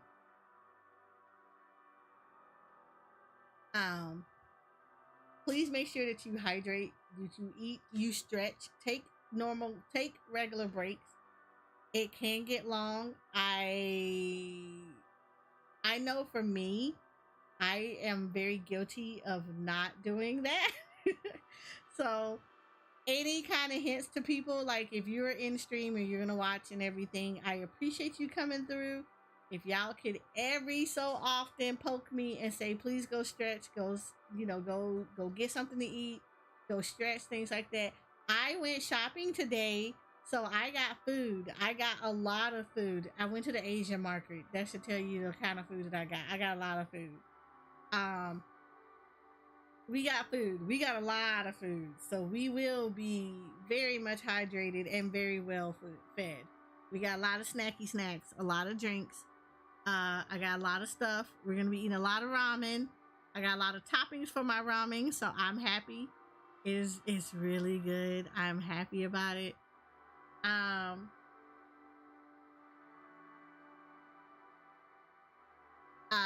Also got, okay, I'm about to say, Moon, if you're in here paying attention, yes, I got the hey bestie. So yeah, I got the hey bestie. The bestie, the mini bestie showed up and was like, "You my best friend." Yeah, we got that. We got the bestie thing as soon as she saw what I had in my hand. So yeah, she was ready. She was made ready. I feel like she had the senses on. The minute I stepped in the house, her little sensory went off, and she was just like, "Yep, it's time for me to come down there to find out what's going on." What you got, bestie? So she ate a Chinese burger. She ate one of the Chinese burger, and she got some jellies. Like, she was not playing around. But yeah, so it is a lot. Is there anything that anybody would need some clarification on? Would like me to look over as far as job guide was or anything? Talk about maybe some of the updates for your stuff. Anything you were not expecting or are expecting, you know. Oh, if you are trying to renew your sub, okay, I'm gonna tell y'all right now, I tried it today. My sub is good. I had to renew my retainer stuff. The issue with the credit card things are still an issue. It is not scheduled to be fixed until next month. So if you are still having problems with payments, you can pay via PayPal. So I would suggest doing that. Or you can use Krista. You can actually use Krista too. Do not use the credit card or debit option. You can do it via Amazon or you can do it via PayPal. I did it earlier this month for my normal subscription. So I had to do the game card to renew everything as far as the subscription was concerned. I also had to purchase Krista in order for me to renew my retainers as well. So keep that in mind if your stuff is kicking in. If your payment does not go through, it is because their credit card system needs to be adjusted, and it's supposed to be worked on in July. I'm gonna say that because of course, if you don't have no money, then that's a whole nother problem. But if it's like you got the funds and it's just not going through, just be prepared to pay to go get a game card. Game cards are about $30 and they last for 60 days. So just keep that in mind. If it acts like it can't go through, because that's what happened with mine. It did not go through even though the funds were there. And it was because of the card system. So be prepared to go get a time card and then use your time card in the MOG station. And then if you got retainers, if you got more than 2 retainers, you're probably getting Krista and using Krista like that. Krista is a 1-for-1, so keep that in mind. And just to put in notice, $1 is equal to 100 Krista. So yeah, do the math on that. You're probably gonna have to really look at that. You're gonna have to probably double the amount of Krista that you're gonna need for your retainers. So keep that in mind when you are purchasing the Krista too. Grab that didn't have, just did it. Glowstone is down, so I can't get to the job site. No, it did not have the disciple of the hands or lands. At least I don't think it did. So let's look at that. Yes, you said look at Discord. Hold on.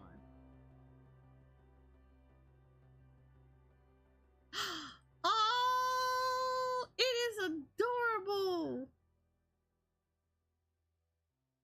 Yeah, I'm gonna be wearing that tomorrow. Let me look at that to see if they actually did address that.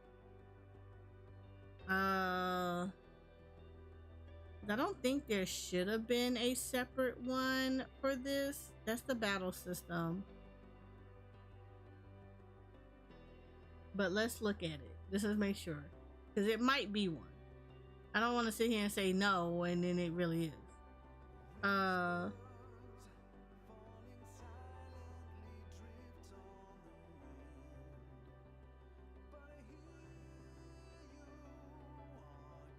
No, we don't want that. I want the crafting and gathering stuff.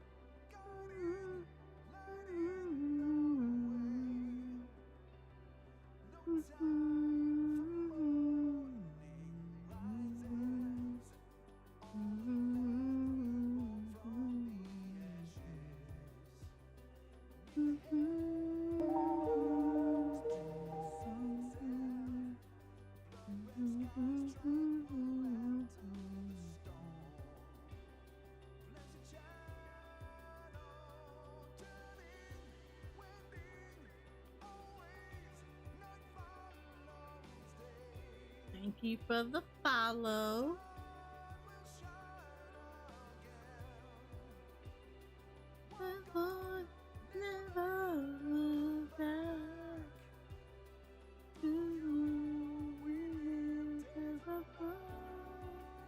Okay, there are some for the disciple of the hand. Hold on. All right, there is some crafting and gathering guides. So we do actually have one for that. Here, let me give this to you.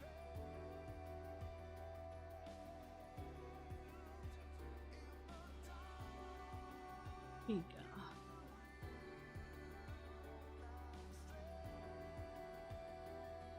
But is there any particular one you want to see, or just any of them in general?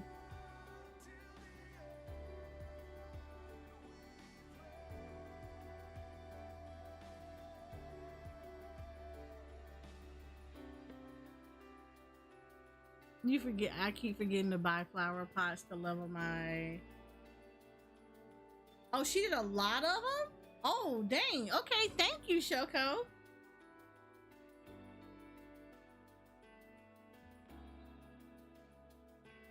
Okay, let's look at any of them in general. Okay, fine. Let's look at Carpenter, because that's my favorite one. Haha. Hasty Touch got a revision. Its success rate of 60% has been adjusted to what's the difference? It's still success rate of 60. Oh, additional effect grants expedience for 1 step.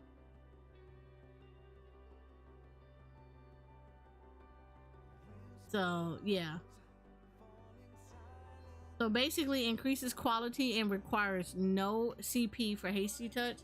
Efficiency of 100%, success rate is 60%, and it grants it's basically for 1 step. It just speeds it up. That's it. Same thing, like expedience, like go faster.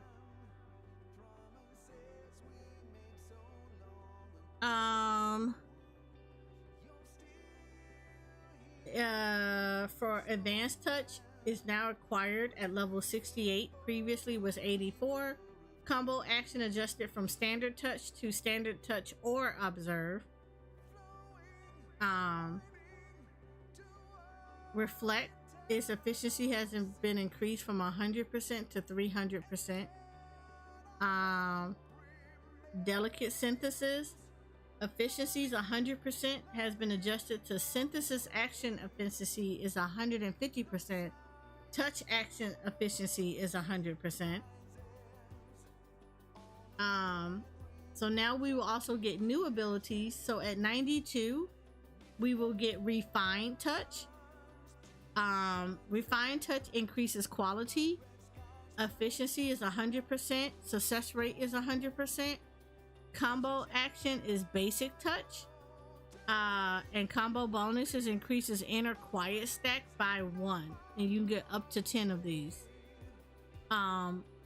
We get a new action called Daring Touch. Increases quality and requires no CP.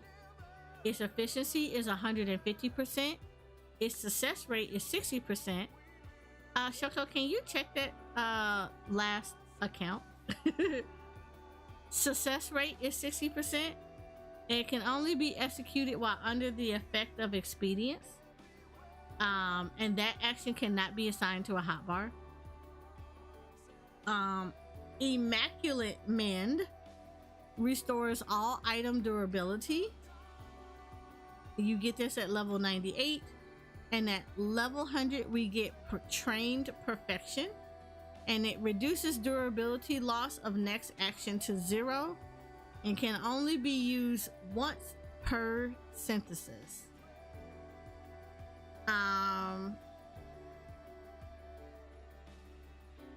They did a little bit of update to the specialist actions. We get at 96 quick innovation.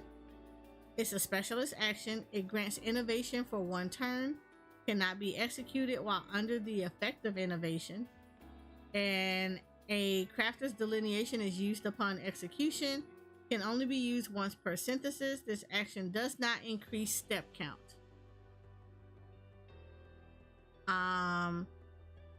Updated is Delicate Synthesis Mastery. Efficiency is increased to 150%.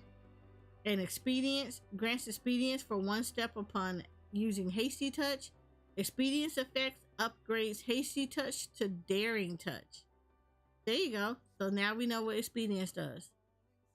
So if you got Hasty Touch, it will update it to Daring Touch. So that's what it is.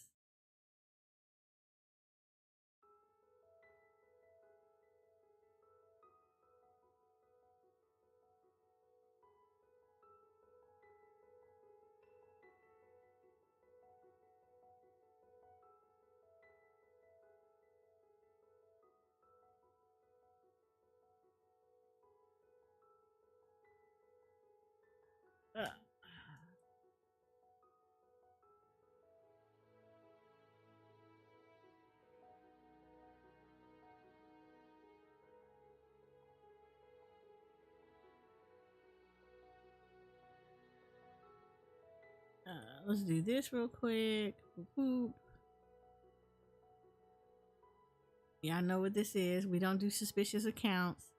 So if you're suspicious, you know what to do. If you're not suspicious, you know what to do. You know how to get unsuspicious. But if you're suspicious, y'all already know. We don't do the suspicious accounts.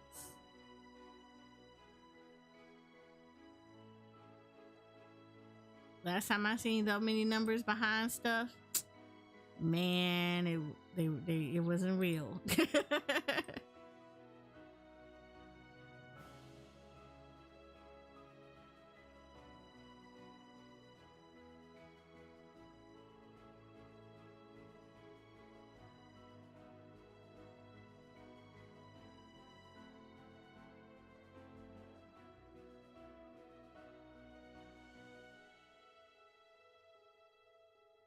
That is so cute. I'm jealous, Shoko. Yes, I need that link because I want that. I want that stuff. I want the things. I want to be prepared for all the I want to be prepared for it all.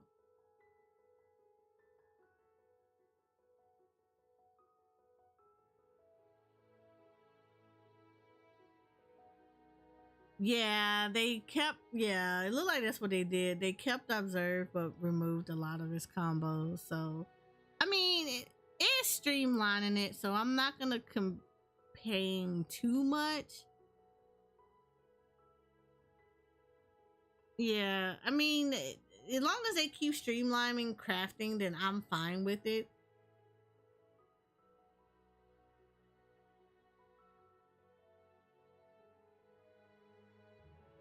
I mean, I like that you can switch between them to say which one you want it, so that's actually really good. So that's actually really nice. I'm not gonna complain about that one because I know like there's sometimes you don't want to do Observe, so at least that's actually a good one.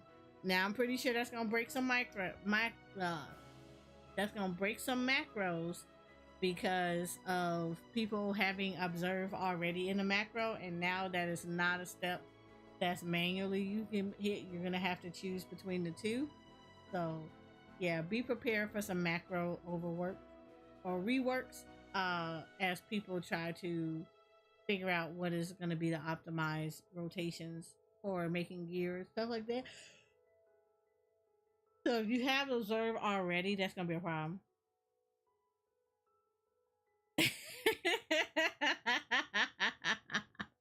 Malcio, yes. Yeah, okay, that was a good one. That's a good one. That's a good one. Thank you for the follow. That's a good one.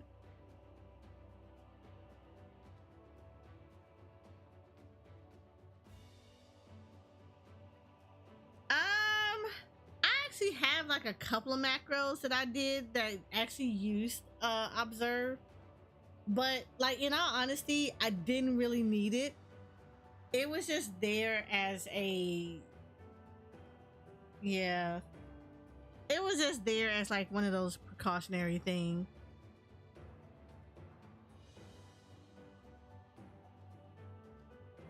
I only macro for mass crafting for the purposes of leveling. It depends on what it is. Typically, what I like to do is when especially doing a new expansion where things have changed, I like to manually go through the process first so I get an idea, because sometimes macros will act funny. So I like to execute my actions first manually to make sure that what I'm doing makes sense and that it is successful. And then I'll probably make it into a macro at that point. And then from there, yeah, I will test that macro to make sure that there's not a breakdown. So I normally will do it a lot before I turn around and decide to actually, make it available for if my friends want it or not. I'm pretty like, as far as mass crafting, it kind of depends on what it is. Because sometimes there are some things that I can just do manually faster, and that's fine because I'm getting the rhythm of everything going. But then it's like other stuff I might mass craft. I might do it as mass crafting. Like, clearly at like max level, I'm gonna try to make a macro after testing it a few times. I will make a macro for like certain steps, like okay, high quality this and that, blah blah blah, things like that. But outside of that, yeah, I don't mind actually manually crafting. Like, to be honest, I did that for custom deliveries. I actually didn't even use a macro. I don't really use macros for custom deliveries. I manually do it myself. But I've been doing it for like that long, so I don't mind it. It's not that big of a deal for me to use macros or to not use them. So it's a little bit of a mixed structure. But I do like to see what it looks like first before I figure out how like before I actually committed to a macro and then tweak it from there. But it's just for like my peace of mind to make sure everything works correctly. Because again, I've tested other people macros before and the macros didn't work. And then I had to turn around and manually execute the steps just to see where the breakdown happened. So it's like I said, it's a hit and miss. It just depends on what it is and what I'm kind of comfortable with doing manually.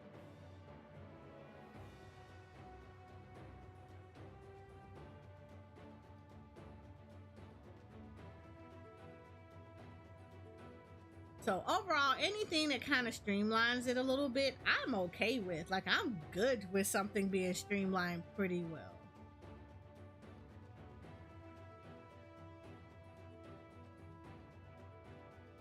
Also, keep in mind the macro sometimes needs you to buff with food and pots. Right? Exactly.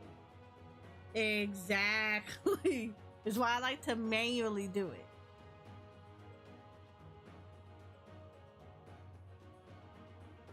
Yeah, that's one of the things that I do kind of recommend is like, and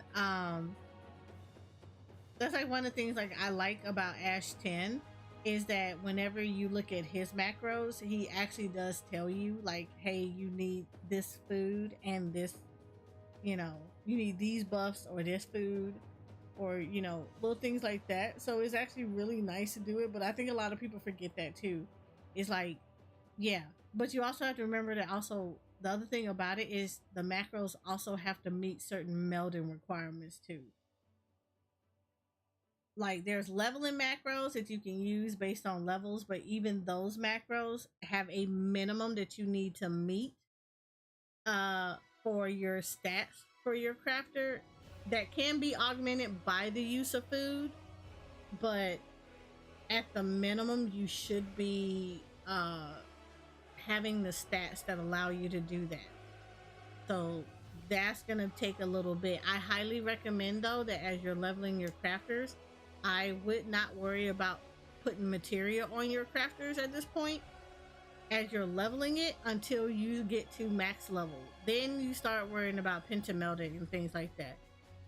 Leveling is fairly easy as far as like crafting is concerned, so you're not gonna need materia. It's the same thing for if you're leveling battle classes. As you're leveling, materia is almost useless for you because there's no need for it. I often recommend don't even worry about materia until you get to max level. That's where you're going to put melds on your stuff.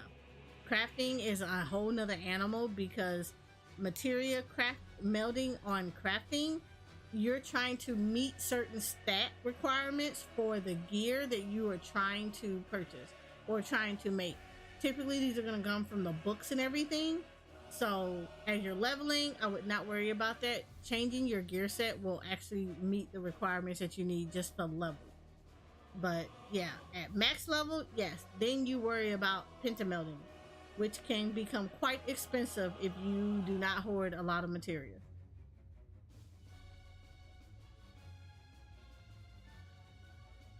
Yep. And unfortunately, you'll see a lot of new players who will ask to try to put like materia on gear, and I'm just like, no, if you're leveling, don't even worry about materia. It's not even that important. The bad part about that is like a lot of people don't realize that as you're leveling, when you're going as a battle class, when you're going in dungeons, you actually get your stats jumped down to that level of that dungeon. So the materia actually becomes super useless. Like you don't get any kind of damage boost from it. So it's highly recommended to like it looks shiny. I know it's shiny and colorful and you hear people talk about it a lot. However, yeah, at max level is the only time you should start looking at your materia. At crafting and gathering, get prepared to pentameld if you're going to be crafting gear out of the recipe books and things like that. You're gonna be pentamelding. If you're just gonna be casually crafting stuff, like you just trying to want to make furniture or something like that, yeah, you don't really need to be pentamelded at all. Base males will be fine and you're good. But if you're trying to do like more high-end crafting, like raid foods, raid gear, things like that, yes, you will actually need to be pentamelded. It's gonna make your life a hell of a lot easier when you're max level. Hi, Azzy Fox. It's going well. How are you?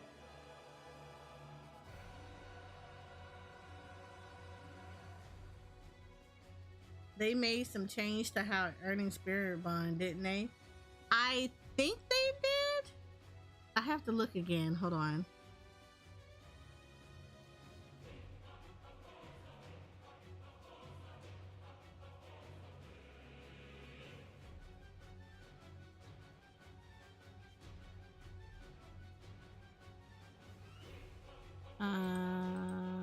Let me do it here.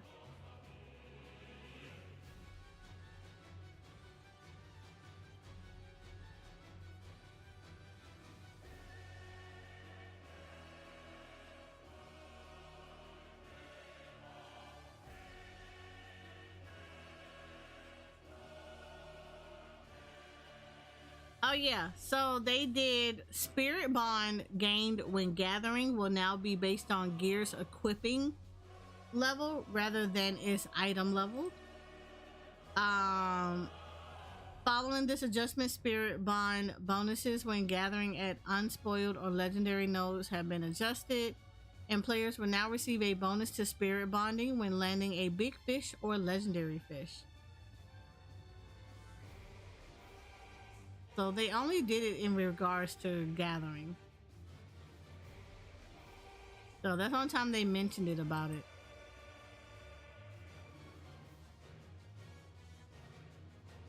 Yes, fish. Ocean fishing. So we will have fishing streams where you will watch me level my fisher.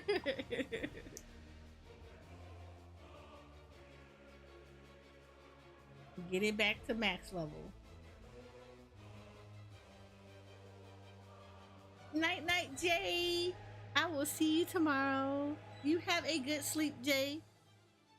Get plenty of sleep. You ready for this darn expansion to replay? I think everybody and their mama are. I'm pretty sure people got their alarm clocks set and ready to go.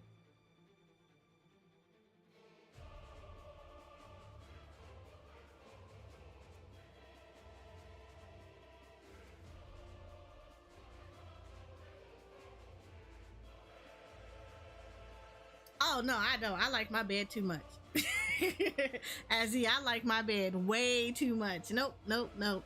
I am a proud member of the Bed Tribe, and the Bed Tribe has officially adopted me, and they love me and they encourage me all the time to take my behind to bed. They don't play no games. Also, thank you for the follow, Endo Thaldox. But yes, we don't play that. They do not play that. The Bed Tribe is a very strict tribe. They say go to bed. I want to be up and bright and playing.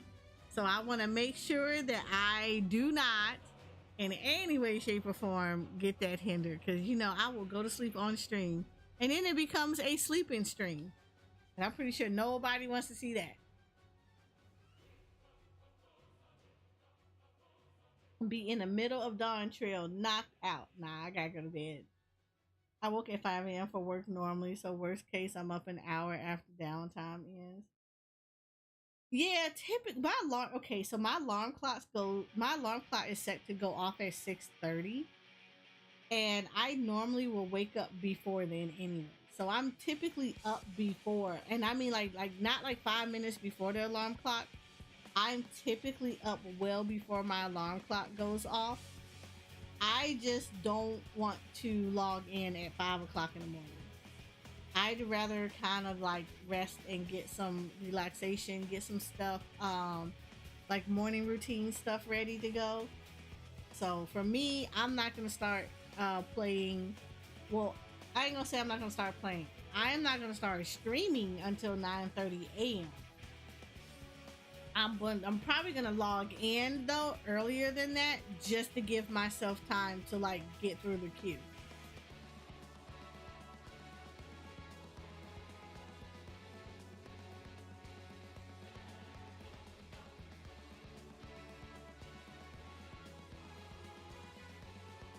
Yeah, they are Meowstas Meows.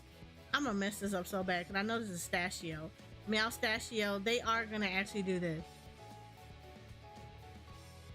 Um they are, because they actually, so they put out a thing and they actually talked about that, and I can see why they did that.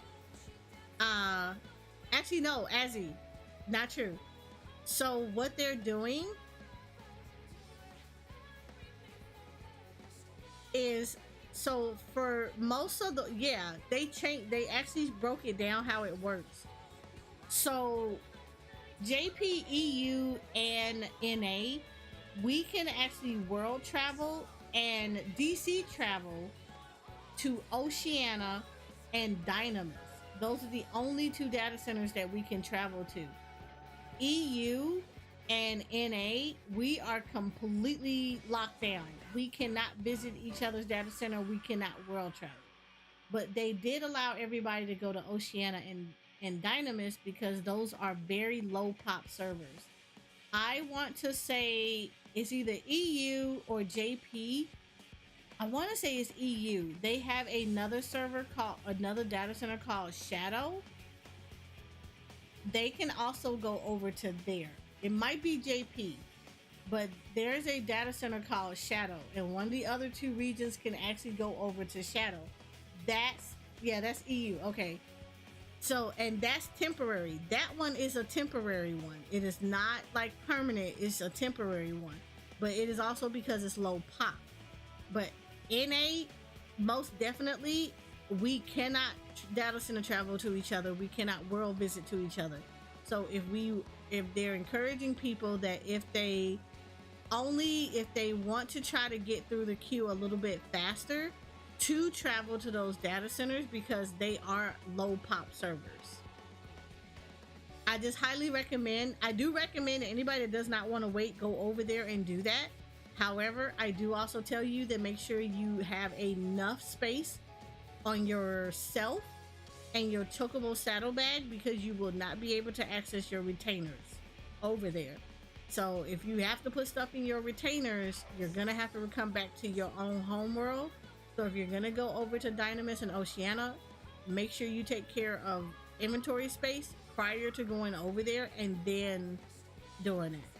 So you're probably gonna log in twice. The first time is to try to get into your home world to take care of all of your inventory space, and then the second time is gonna be to go over to Oceania now.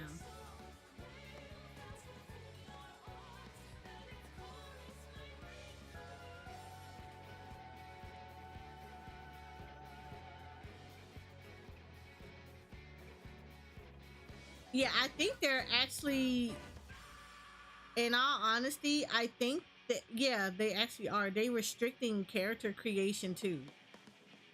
So they're definitely going to be heavily promoting people. If you're going to create a character, you're going over to Dynamis or Oceania. As far as the other worlds are concerned, I think they're restricting the character creation on the other worlds because they're trying to actively push people to go to other data, to the low pop data centers, which makes sense.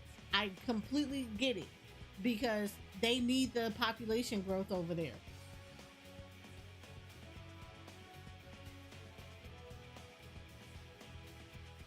Like I said, it's just gonna suck because Dynamis and them cannot come over to our servers, but we can go over to theirs. So I appreciate this move for them to totally get people to start going over there to start playing on Dynamis and stuff like that. And I was wondering how they were going to try to start encouraging growth on those data centers. But I'm glad that they're doing it this way. Because at least now it pushes traffic over there. And it frees up traffic in some of the other data centers. Like I know for myself, we're going to my raid team. We're gonna probably go over to Dynamis or Oceania. Um, if the restrictions are not lifted by the time that we start raiding, so we're gonna have to we are gonna be going in and doing that. So we will be data center traveling to those during our raid time so that we can raid if the restrictions aren't lifted by then.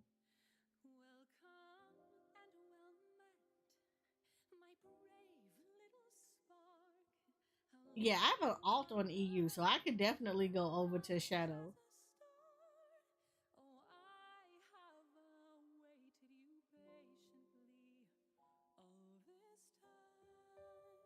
Yeah. Oh my god. So yeah, I think I visited there like maybe a couple of times, and that's the first thing that I saw, and I was like, "Ooh, oh my god, yeah." The market board is brutal over there. So they could definitely go with some people that are.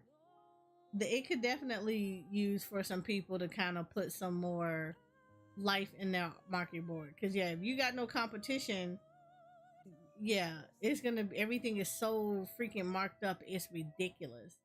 So yeah, they definitely could benefit from people. Honestly, they could heavily benefit from people transferring over to Dynamis and putting some competition out there to kind of mellow out the market board a little bit. But it's also a good market to have, like, to make some money. But what the market still bare. Look, the market ain't still bare. That mess is just there's no competition over there. It's not a lot of people over on Dynamis at all. So the people that did transfer over there or have alts over there and they leveled them and got their crafters and gatherers up there, oh yeah, they're making a killing off the market board because there's nobody there to challenge them. There's nobody there to the like even out the board. So there's stuff in there that's like cheap on other servers that's completely ridiculously expensive on Dynamis.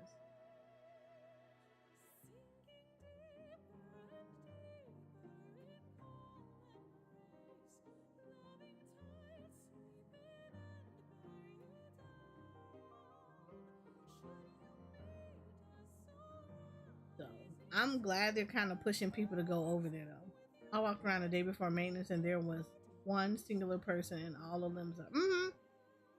That's typically like that over there. It's honestly like that a good portion of the time.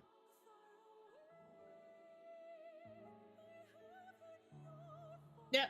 It's normally that one guy. Because I know, like, for a long time, people from Dynamis were coming over to other data centers just to get into dungeons and stuff.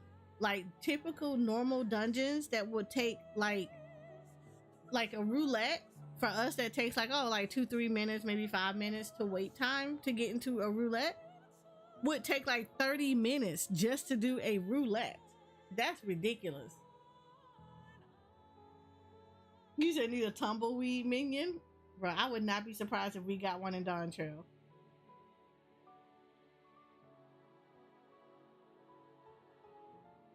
I would not be surprised at all.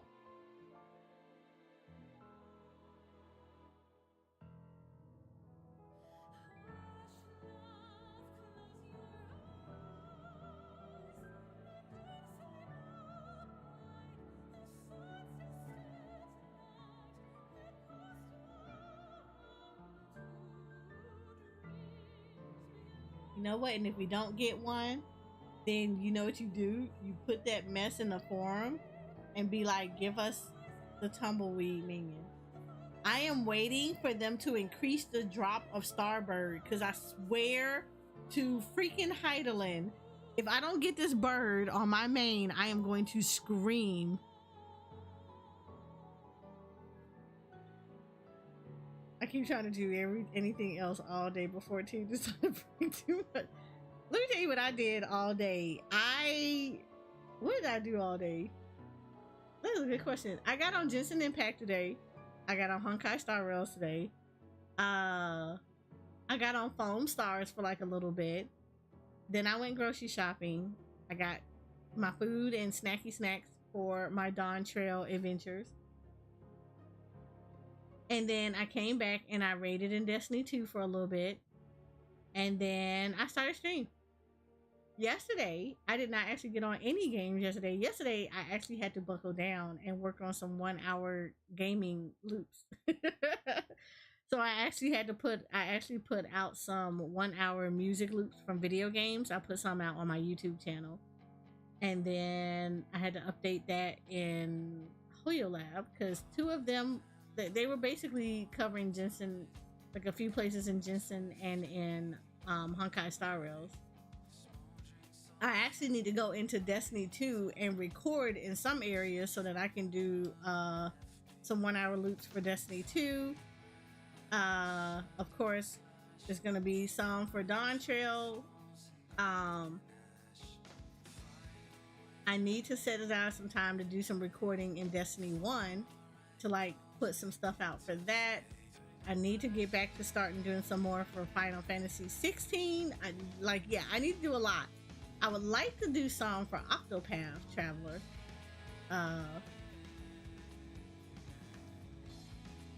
But yeah, I'll have to think about how I'm gonna have to do it for Octopath Traveler. Why you call that bird a genocide bird?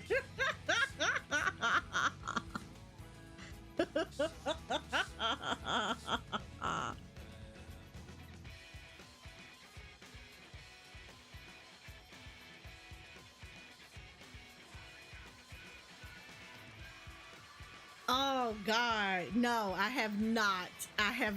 It's so many words. Unfortunately, is I don't know how to. That's gonna be an interesting little juggle to try to figure out which words to add to the muted list. Cause I'm gonna have to look. It's gonna be one of those. I'm gonna have to look at the RMT bots and then start choosing the words that's gonna trigger that to happen. Because the only thing I can see that's gonna mess that up is you're gonna have to be particular about those specifically, because if somebody else uses it and it's not an RMT, it's gonna block them too. See, okay, I can't do that because here's the thing.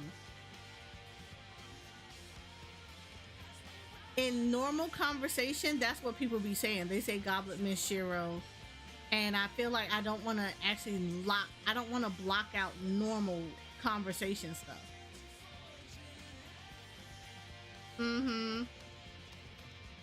At least on my server, we do a lot of that. So a lot of that is like people say it's like normal conversations. I don't want the wording to like just kind of flag it and then be like, okay, you killed the whole phrase. Because all they were doing was talking about like where they live at, or like, hey, you can come to my house in Shiro, blah blah blah. So that's gonna be a mood. So it's gonna be very sketchy to figure out how to do it. So I might have to kind of stare at it a little, like look at it a few times and see like the best way to go about blocking out that kind of stuff. So that's gonna be very interesting on how to get that done.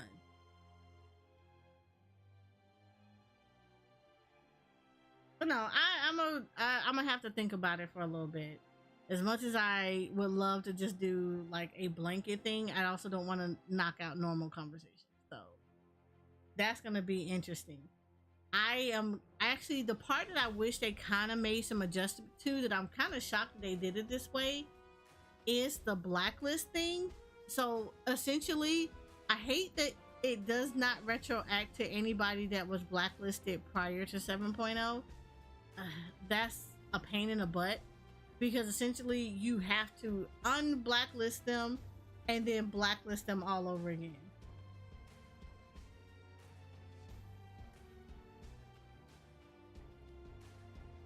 So I mean, it is better than not having it, but it's not ideal. And I hate that that it's not retroactive to anyone previous to it. It should be, once you're on that blacklist, you're in there. Like, all those changes should affect them at that point. So it's gonna suck for people that actually have people that are stalking them and everything, and they're blacklisted. That they're gonna have to remove them from the blacklist and then re-add them. So that's gonna suck a lot.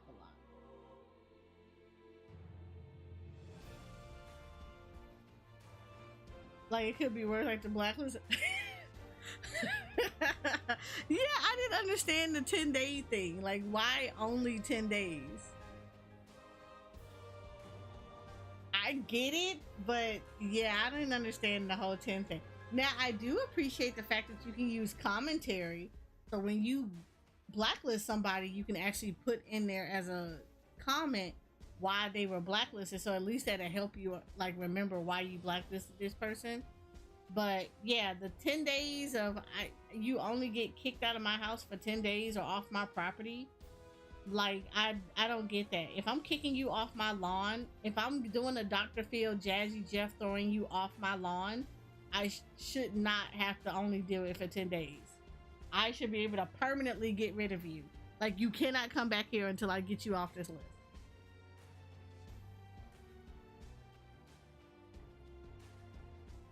So yeah, that's a mood. I'm curious on why the 10 days.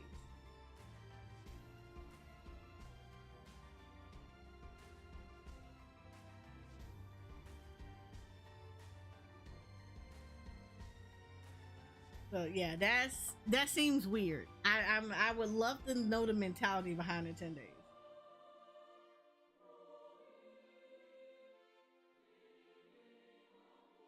But yeah, you know what? It is what it is. At least it's something. I just get to Dr. Phil throw you off my property for 10 days.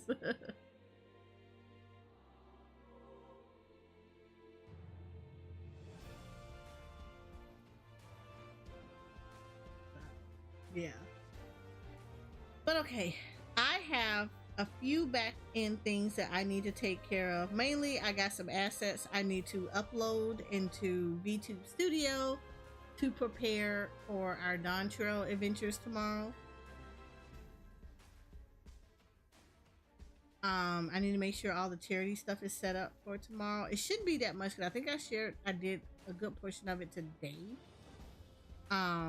But I do want to make sure everything is good to go. But like, yeah, again, tomorrow we'll kick off the VTuber SummerSlam event, and we are doing charity and raising money for Gamers Outreach. Again, a very great community and organization where they try to where they provide gaming kiosks for kids that have extended stays in the hospital, and it gives parents and family members and friends access along with this child to stay connected, and it helps with care because as long as you're in the hospital, you don't necessarily want to be in a bored or listless state, and it kind of it'll kind of bring your mood down. So they help to provide those kind of they help to encourage gameplay as a way for people to boost their mood and to help with patient care, especially with kids. So we will be hosting a charity event for them. So I'm excited. We got to help the little warrior of lights be able to get better care and to improve their experiences in the hospital. So with that being said, we are going to call it for the evening. I will be on at 9:30. I'll probably will be in queue, so stream will probably start with me staring at the queue, eating a bun and some drinks. Aw, thank you, and thank you guys for coming through. But before you leave, please hang in there because I do like to send love to other people. And I want everybody to always have a really good place to stay while we are out here doing the Tyrone scratching of our necks, waiting for Dawntrail to pop off.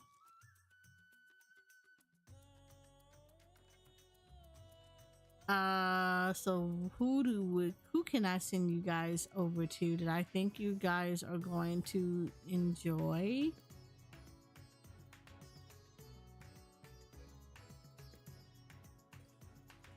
Hold up, is Malkoff live or is he? No, this is not live. That's his rerun. That's a rerun.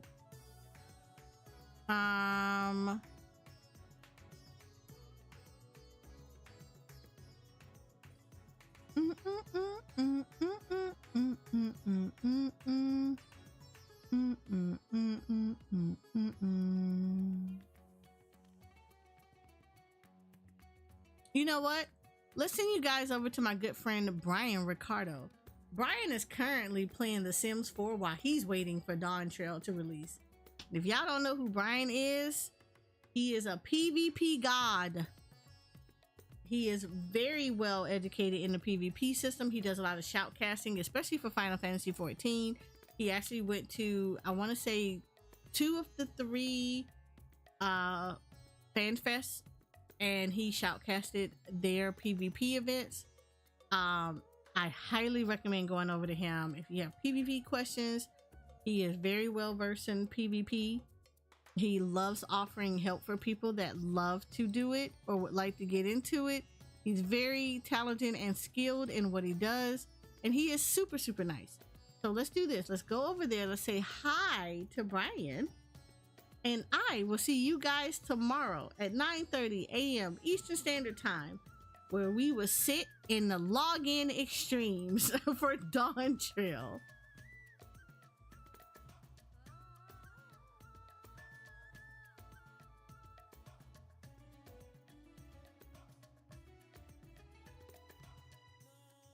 But yeah, so while we raid him, I appreciate you guys. You guys are amazing. And of course, welcome into all the new poofies that have now joined our amazing community.